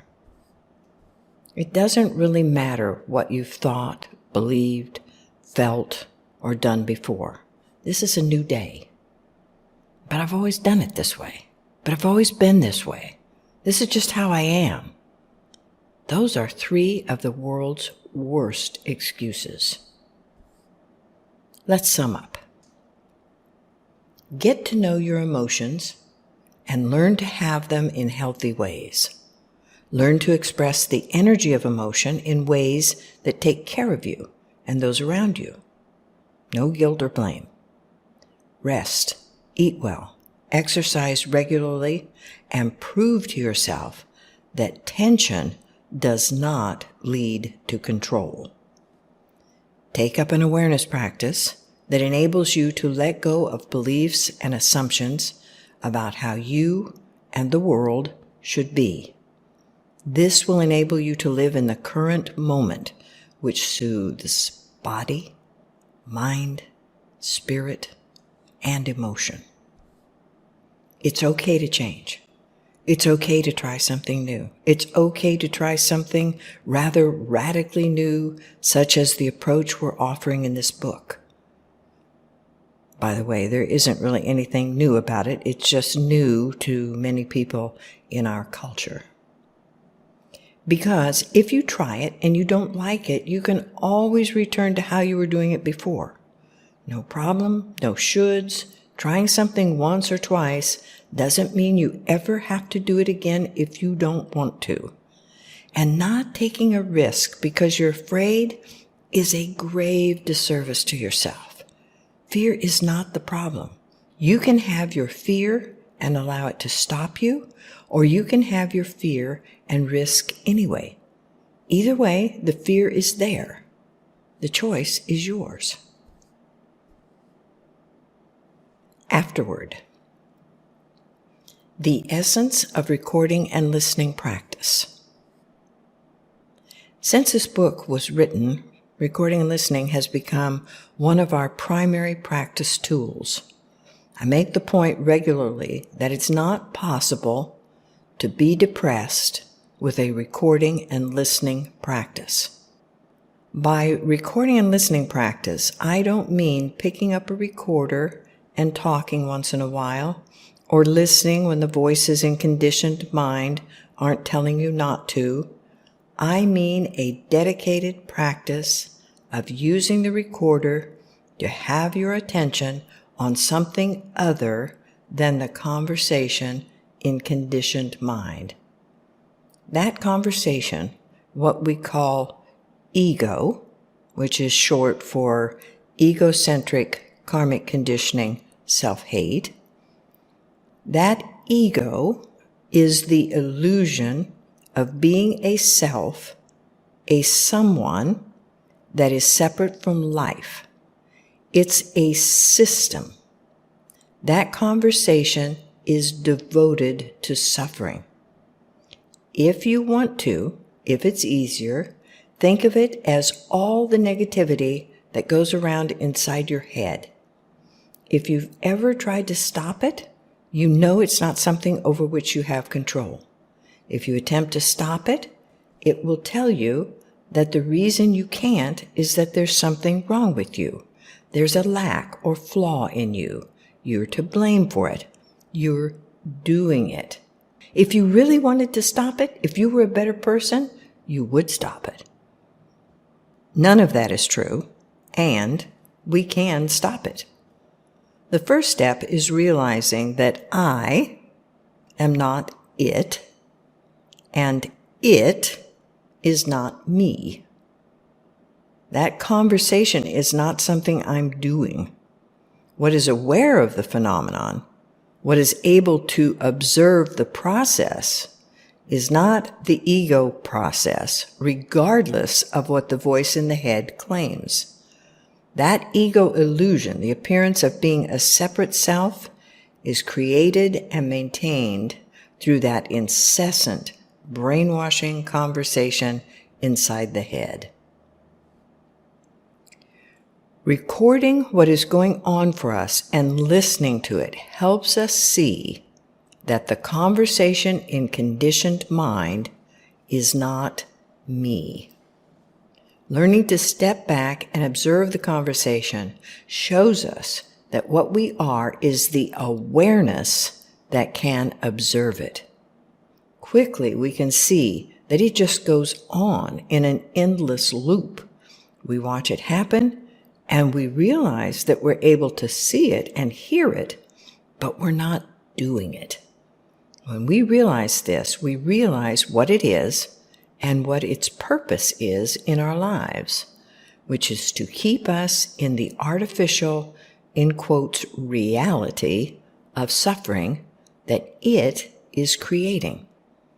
It does this to keep itself, the illusion of being separate from life, at the center of attention. And ego feeds on attention. Recordings help us remember, I am not the author of my depression. The negative conversation is. Once you see that what you're reacting to, what is depressing you, is a constant drone of what's wrong with you, what's wrong with others, what's wrong with the world, how bad things are, how difficult everything is, stories about mistakes in the past, an unhappy future, comparisons with other people who have it better, who are better. You begin to see the, in quotes, source of your depression. If anyone spent every moment of every day watching and listening to upsetting, painful, distressing, grim, gloomy, and sad movies, we would hardly expect that person to be upbeat and cheery. We can make recordings that remind us that we don't have to live immersed in or listening to painful, distressing, and gloomy voices. To free ourselves from this predictable result of a conditioned process, of being subjected to depressing information, feeling depressed, we must learn to direct attention away from that depressing onslaught. We can make recordings about what we love, what we're grateful for, what we appreciate, what gives us joy. This allows us to have attention on something other than the negativity of the voices. It's important to realize that we're not turning attention to the way we've been told our life should be, or how we'd like our life to be, or wish it were, or know it could be if we were just disciplined enough to improve ourselves enough to be the people we're supposed to be. None of that. That process is how we got depressed in the first place, and it's how we stay depressed. It is possible to turn attention away from that incessant, conditioned conversation in the head and to bring attention here, to this moment, to the present, to what actually is. What is that? What that is, what this is life unfolding.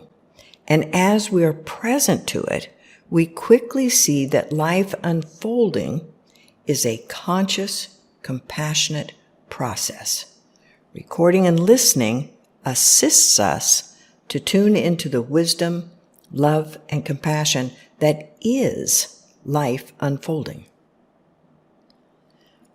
What would wisdom have to say to the knottiest problems that we're presented with?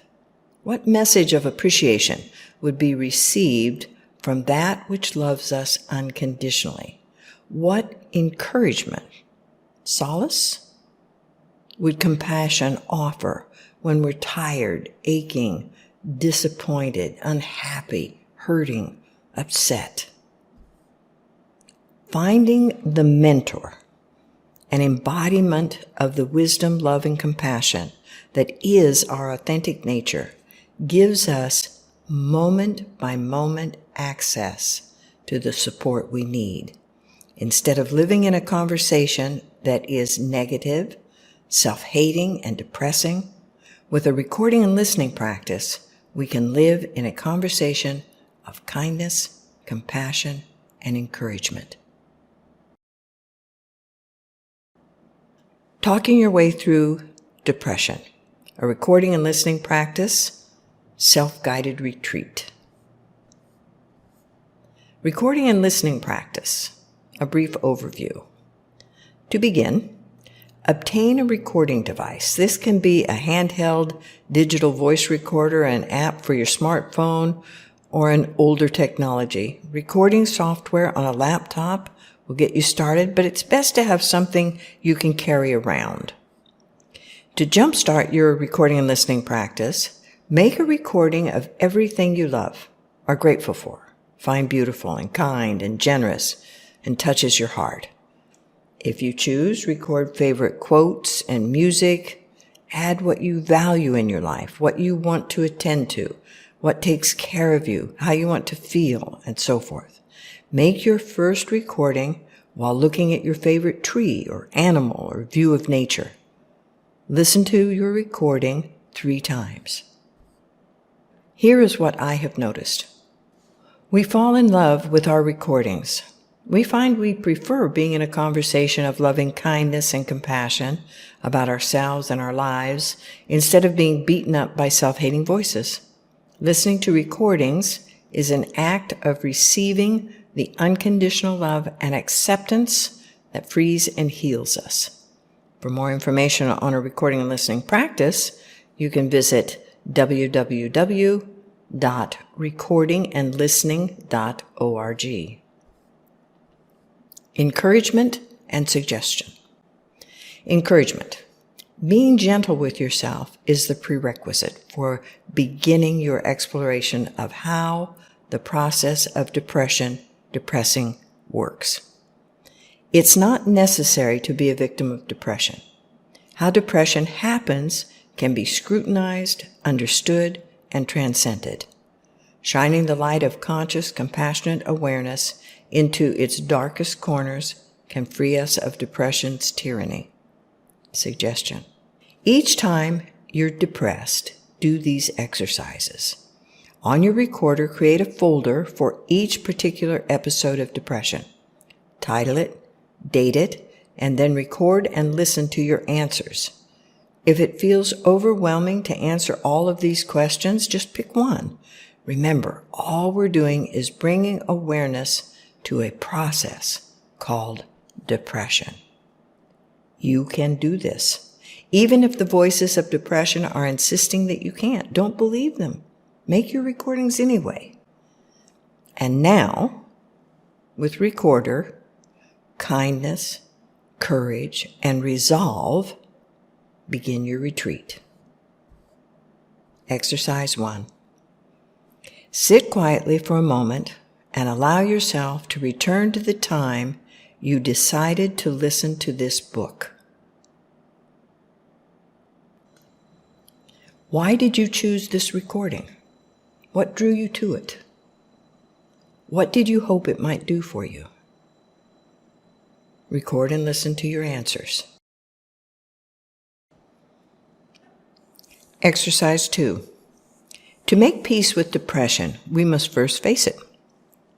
With conscious awareness, we must confront head-on all aspects of the process labeled depression. 1. When you consider that, are you aware of any resistance? Are you aware of any fear? 2. To get past your depression, what are you willing to consider? For example, I'm willing to consider that depression is a conversation in my head that repeats endlessly and takes me down the same dead end every time. And I'm willing to consider that that's a big clue to what's really going on. And I'm willing to go up against that conversation and use my recorder to get past it. Now, record your responses and listen to them.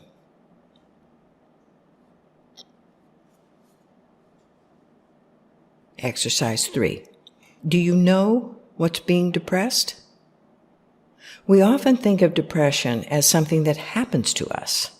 In this exploration, we're going to see, without judgment, blame, or self-hate, that depression is something that is done, something we allow. So take a little time to sit quietly and see what arises in response to the question, what is being depressed? Notice any voices that talk to you about this. Those voices are a big part of the depression process, and you'll see and hear more of them as we proceed. Record and listen to what you see about this. You can't do this wrong. There are no right or wrong answers. We're practicing awareness, paying attention, noticing, getting clearer as we go along. Over time, you might do these exercises many times, and each time see more and see more clearly. We're just getting started here. Exercise 4. What do you say when you're depressed? Recall previous times of depression and see if you can remember what you say as the depression is coming on, as it takes over, as you're in the middle of it, and as it passes. What do you say to yourself? What do you say to people close to you? And what do you hear inside your head?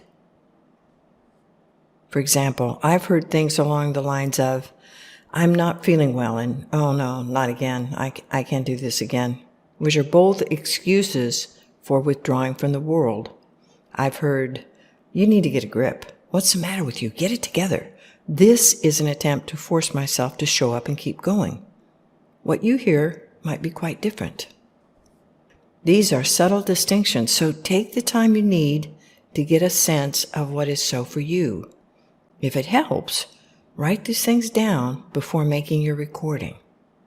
What I hear is, then record and listen to your answers. Exercise 5. How do you feel when you're depressed? Numb? Sad? Hopeless? Tired? Record and listen to your answers. Please consider, early on in this recording, you were introduced to some crucial information that I'd like to expand on. To review, this sequence goes on inside of us all the time. First there's sensation, then a thought about that sensation, then an emotional reaction to that thought, and then a conditioned behavior pattern that goes with all of those. It takes a fair amount of paying attention, of watching closely, to recognize that sensations in the body are only sensations, and that they don't have any inherent meaning. Depression is a thought. It's a label, a word that has been attached to particular sensations. The thought of depression evokes emotion, perhaps dread or despair, which are followed by conditioned behaviors, such as indulging old habits, overeating, withdrawing, sleeping too much, and so forth. Learning to direct attention to actual sensations rather than to labels, stories, beliefs, and assumptions dramatically reduces the conditioned voice's ability to drag us into fear, dread, anxiety, worry, guilt, and regret. Exercise 6. Remember, sensations don't mean anything that we haven't decided they mean. Describe the sensations in your body when you're depressed. Maybe tight shoulders, nervous stomach, wrinkled brow, heavy head, tingling hands. This is one of those very tricky places, given that we have a lot of confusing and erroneous information about sensations, feelings, emotions. What are you believing the sensations mean? Now, record and listen to your answers. Exercise 7. How do you behave when you're depressed? Do you, for instance, sit motionless for hours, call in sick, go to bed, stop eating, overeat, curl up in a ball? We take a giant leap toward freedom when we learn that just because we're feeling a particular way and having particular thoughts, we don't need to behave in a particular way. Example, the thought, "I don't feel like it," is rarely recognized as simply a thought that has been triggered by sensations in the body. We usually think the thought came first, but it didn't.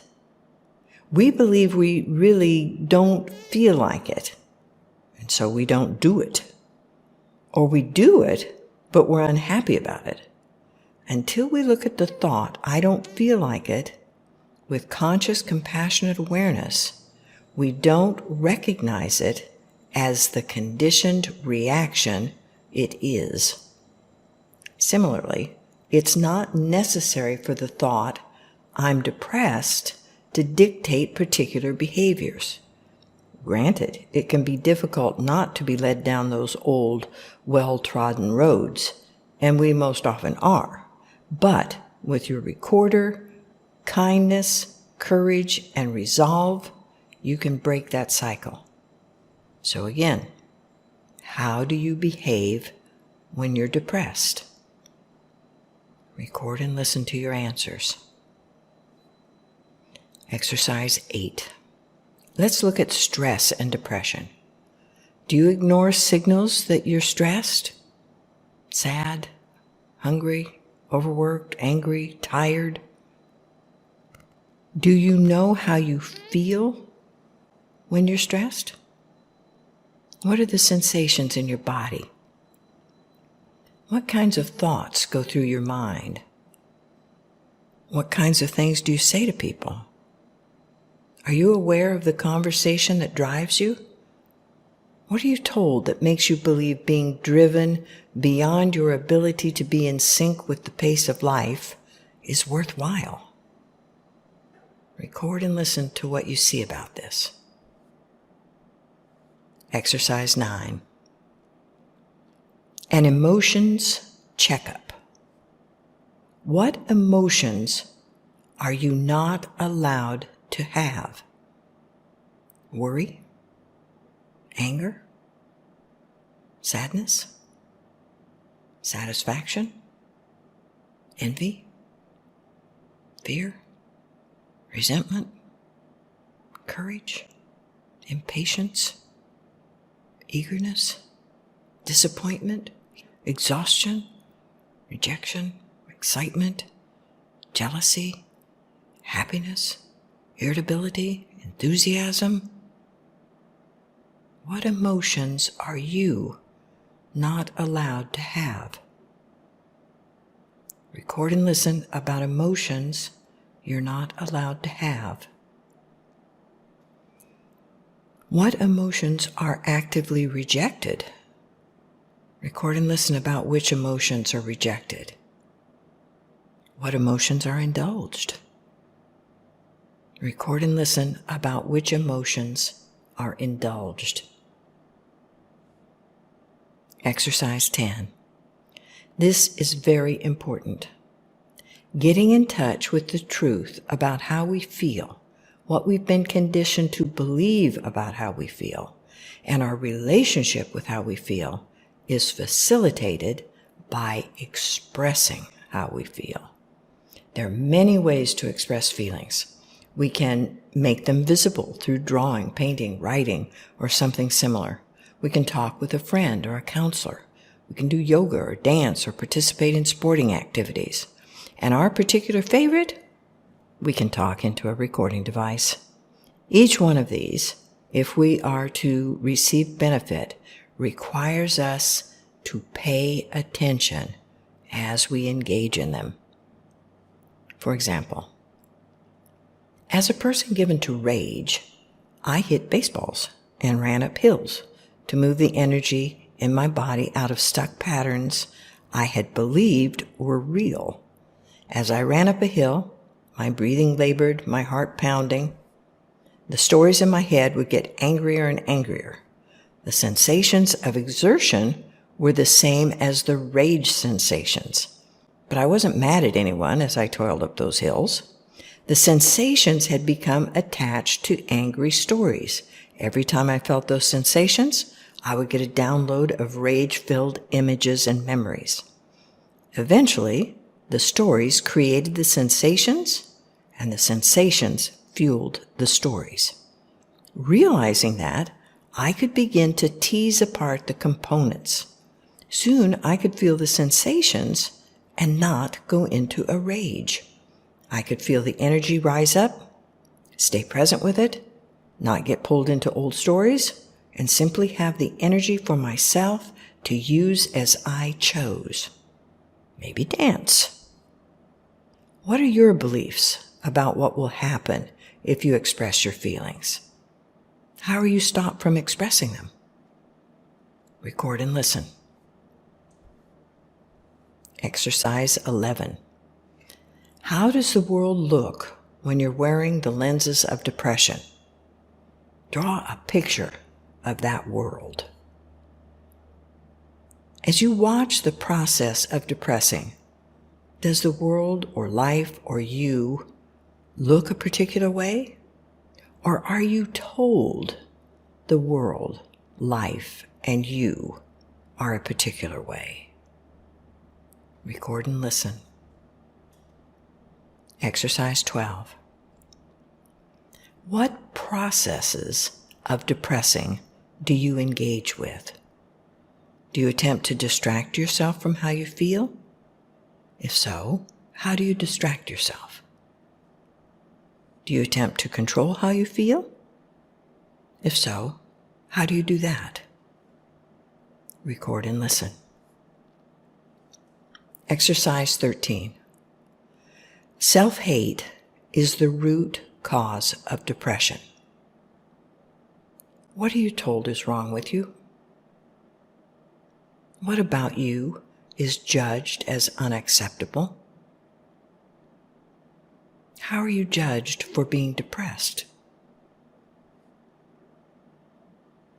Record and listen to what you've seen. Exercise 14. Two-handed recording. Recording and listening practice offers ways to embrace all that arises in life in conscious, compassionate awareness. Two-handed recording is the practice tool recommended when the going gets rough. Here are the mechanics. Step 1. Place the recorder in your right hand and start recording. Talk to the recorder as you would a close friend or a therapist. Really allow yourself to express what you're feeling without censoring. Say everything you ever wanted about what you're going through. Step 2. Stop the recorder. Breathe. Sit with this experience. Step 3. Then, placing the recorder in your left hand, listen to the recording you just made, giving it your full attention. Really listen. Step 4. Keeping the recorder in the left hand, switch it on, and offer what comes up for you to assist and comfort the person you just listened to. Step 5. Listen to the recording. Those who've done this exercise often report feeling healed by it. This might not happen the first or even the second time through. Just keep doing the exercise until you feel heard. Sometimes this is a person's first experience of truly feeling listened to and understood. Two-handed recording, however effective, is not just a way to feel better. Each step is a powerful training in unconditional acceptance. In step 1, we train to be present to our experience, to bring conscious awareness to what is. We learn to transcend the conditioned process of ignoring, avoiding, suppressing, rationalizing, denying, or intellectualizing our reaction to what is arising.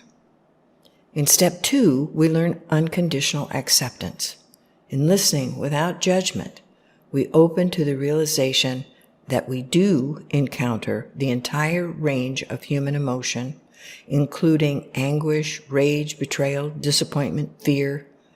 There's nothing wrong with any of it, and with unconditional acceptance, it isn't depressed. In step 3, we practice being the wisdom, love, and compassion that can offer clear and practical comfort and assistance. This step may prove elusive, but is essential. Most of us, growing up, received messages of judgment rather than understanding. When we needed acceptance, we received and believed the message, "There's something wrong with you."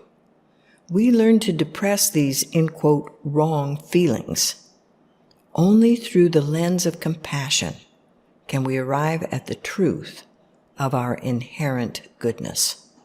In step 4, we learn to receive unconditional love.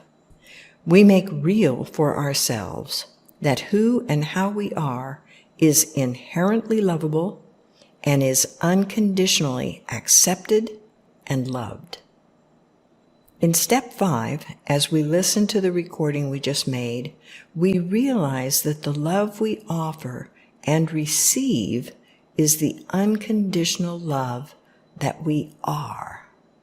In the words of Rumi, we are gazing at the light with its own ageless eyes.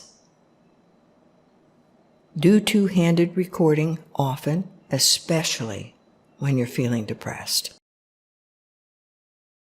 More encouragement. Here's a list of ways to work with depression. The next time you're depressed, do yourself a great kindness and pick one. Set a timer for 20 minutes and pay attention to your energy. Record what you noticed. Get up and move, dance, go for a walk, do some yoga. What changed? Record and listen. Throw a depression party. Make a recording about what you enjoyed most about the party. Make a recording describing something you love. This is training to redirect the attention. Repeat what you're grateful for, what you appreciate in your life, what makes you laugh. Meditation. Meditation has been practiced throughout the world for thousands of years. In cultures where meditation has been an integral aspect of religious life, practitioners have learned that sitting in a certain posture, spine straight, body relaxed, is most conducive to being able to stay present. Physical pain and sleepiness are both minimized by sitting in this position. A meditation posture. Sit on the first 1/3 of a meditation cushion. If you're sitting on a meditation bench, sit well forward. Adjust your leg position until you find one that can be maintained comfortably. Straighten your posture by pushing up from the base of the spine. Imagine that you're trying to touch the ceiling with the crown of your head. The chin will tuck slightly as you do this. The pelvis tilts slightly forward. The shoulders and abdomen relax. The eyes are open, slightly out of focus and lowered, looking at the floor or wall at a 45-degree angle. The eyes are soft. The hands are in the cosmic mudra. The right hand is positioned a few inches below the navel, palm up. The left hand, also palm up, fits inside the right hand. The tips of the thumbs touch lightly, forming an oval. The breath. Focusing on the breath assists in staying present and alert in meditation. As you sit, breathe naturally and normally. On the first exhalation, count 1. On the next, count 2. And continue until you reach 10. At this point, start over at 1, focusing on the breath as it enters your body, fills your body, and leaves your body. If attention wanders, gently bring it back to the present and begin counting again at 1. Do this for up to 30 minutes. It's not a contest. The point is to be compassionately present and aware. Being gently present with yourself for 5 minutes will be much more helpful than sitting through beatings for 30. If your choice is between a kind meditation or a long one, choose the kind one, because the attitude of mind and heart is everything. Thank you for listening.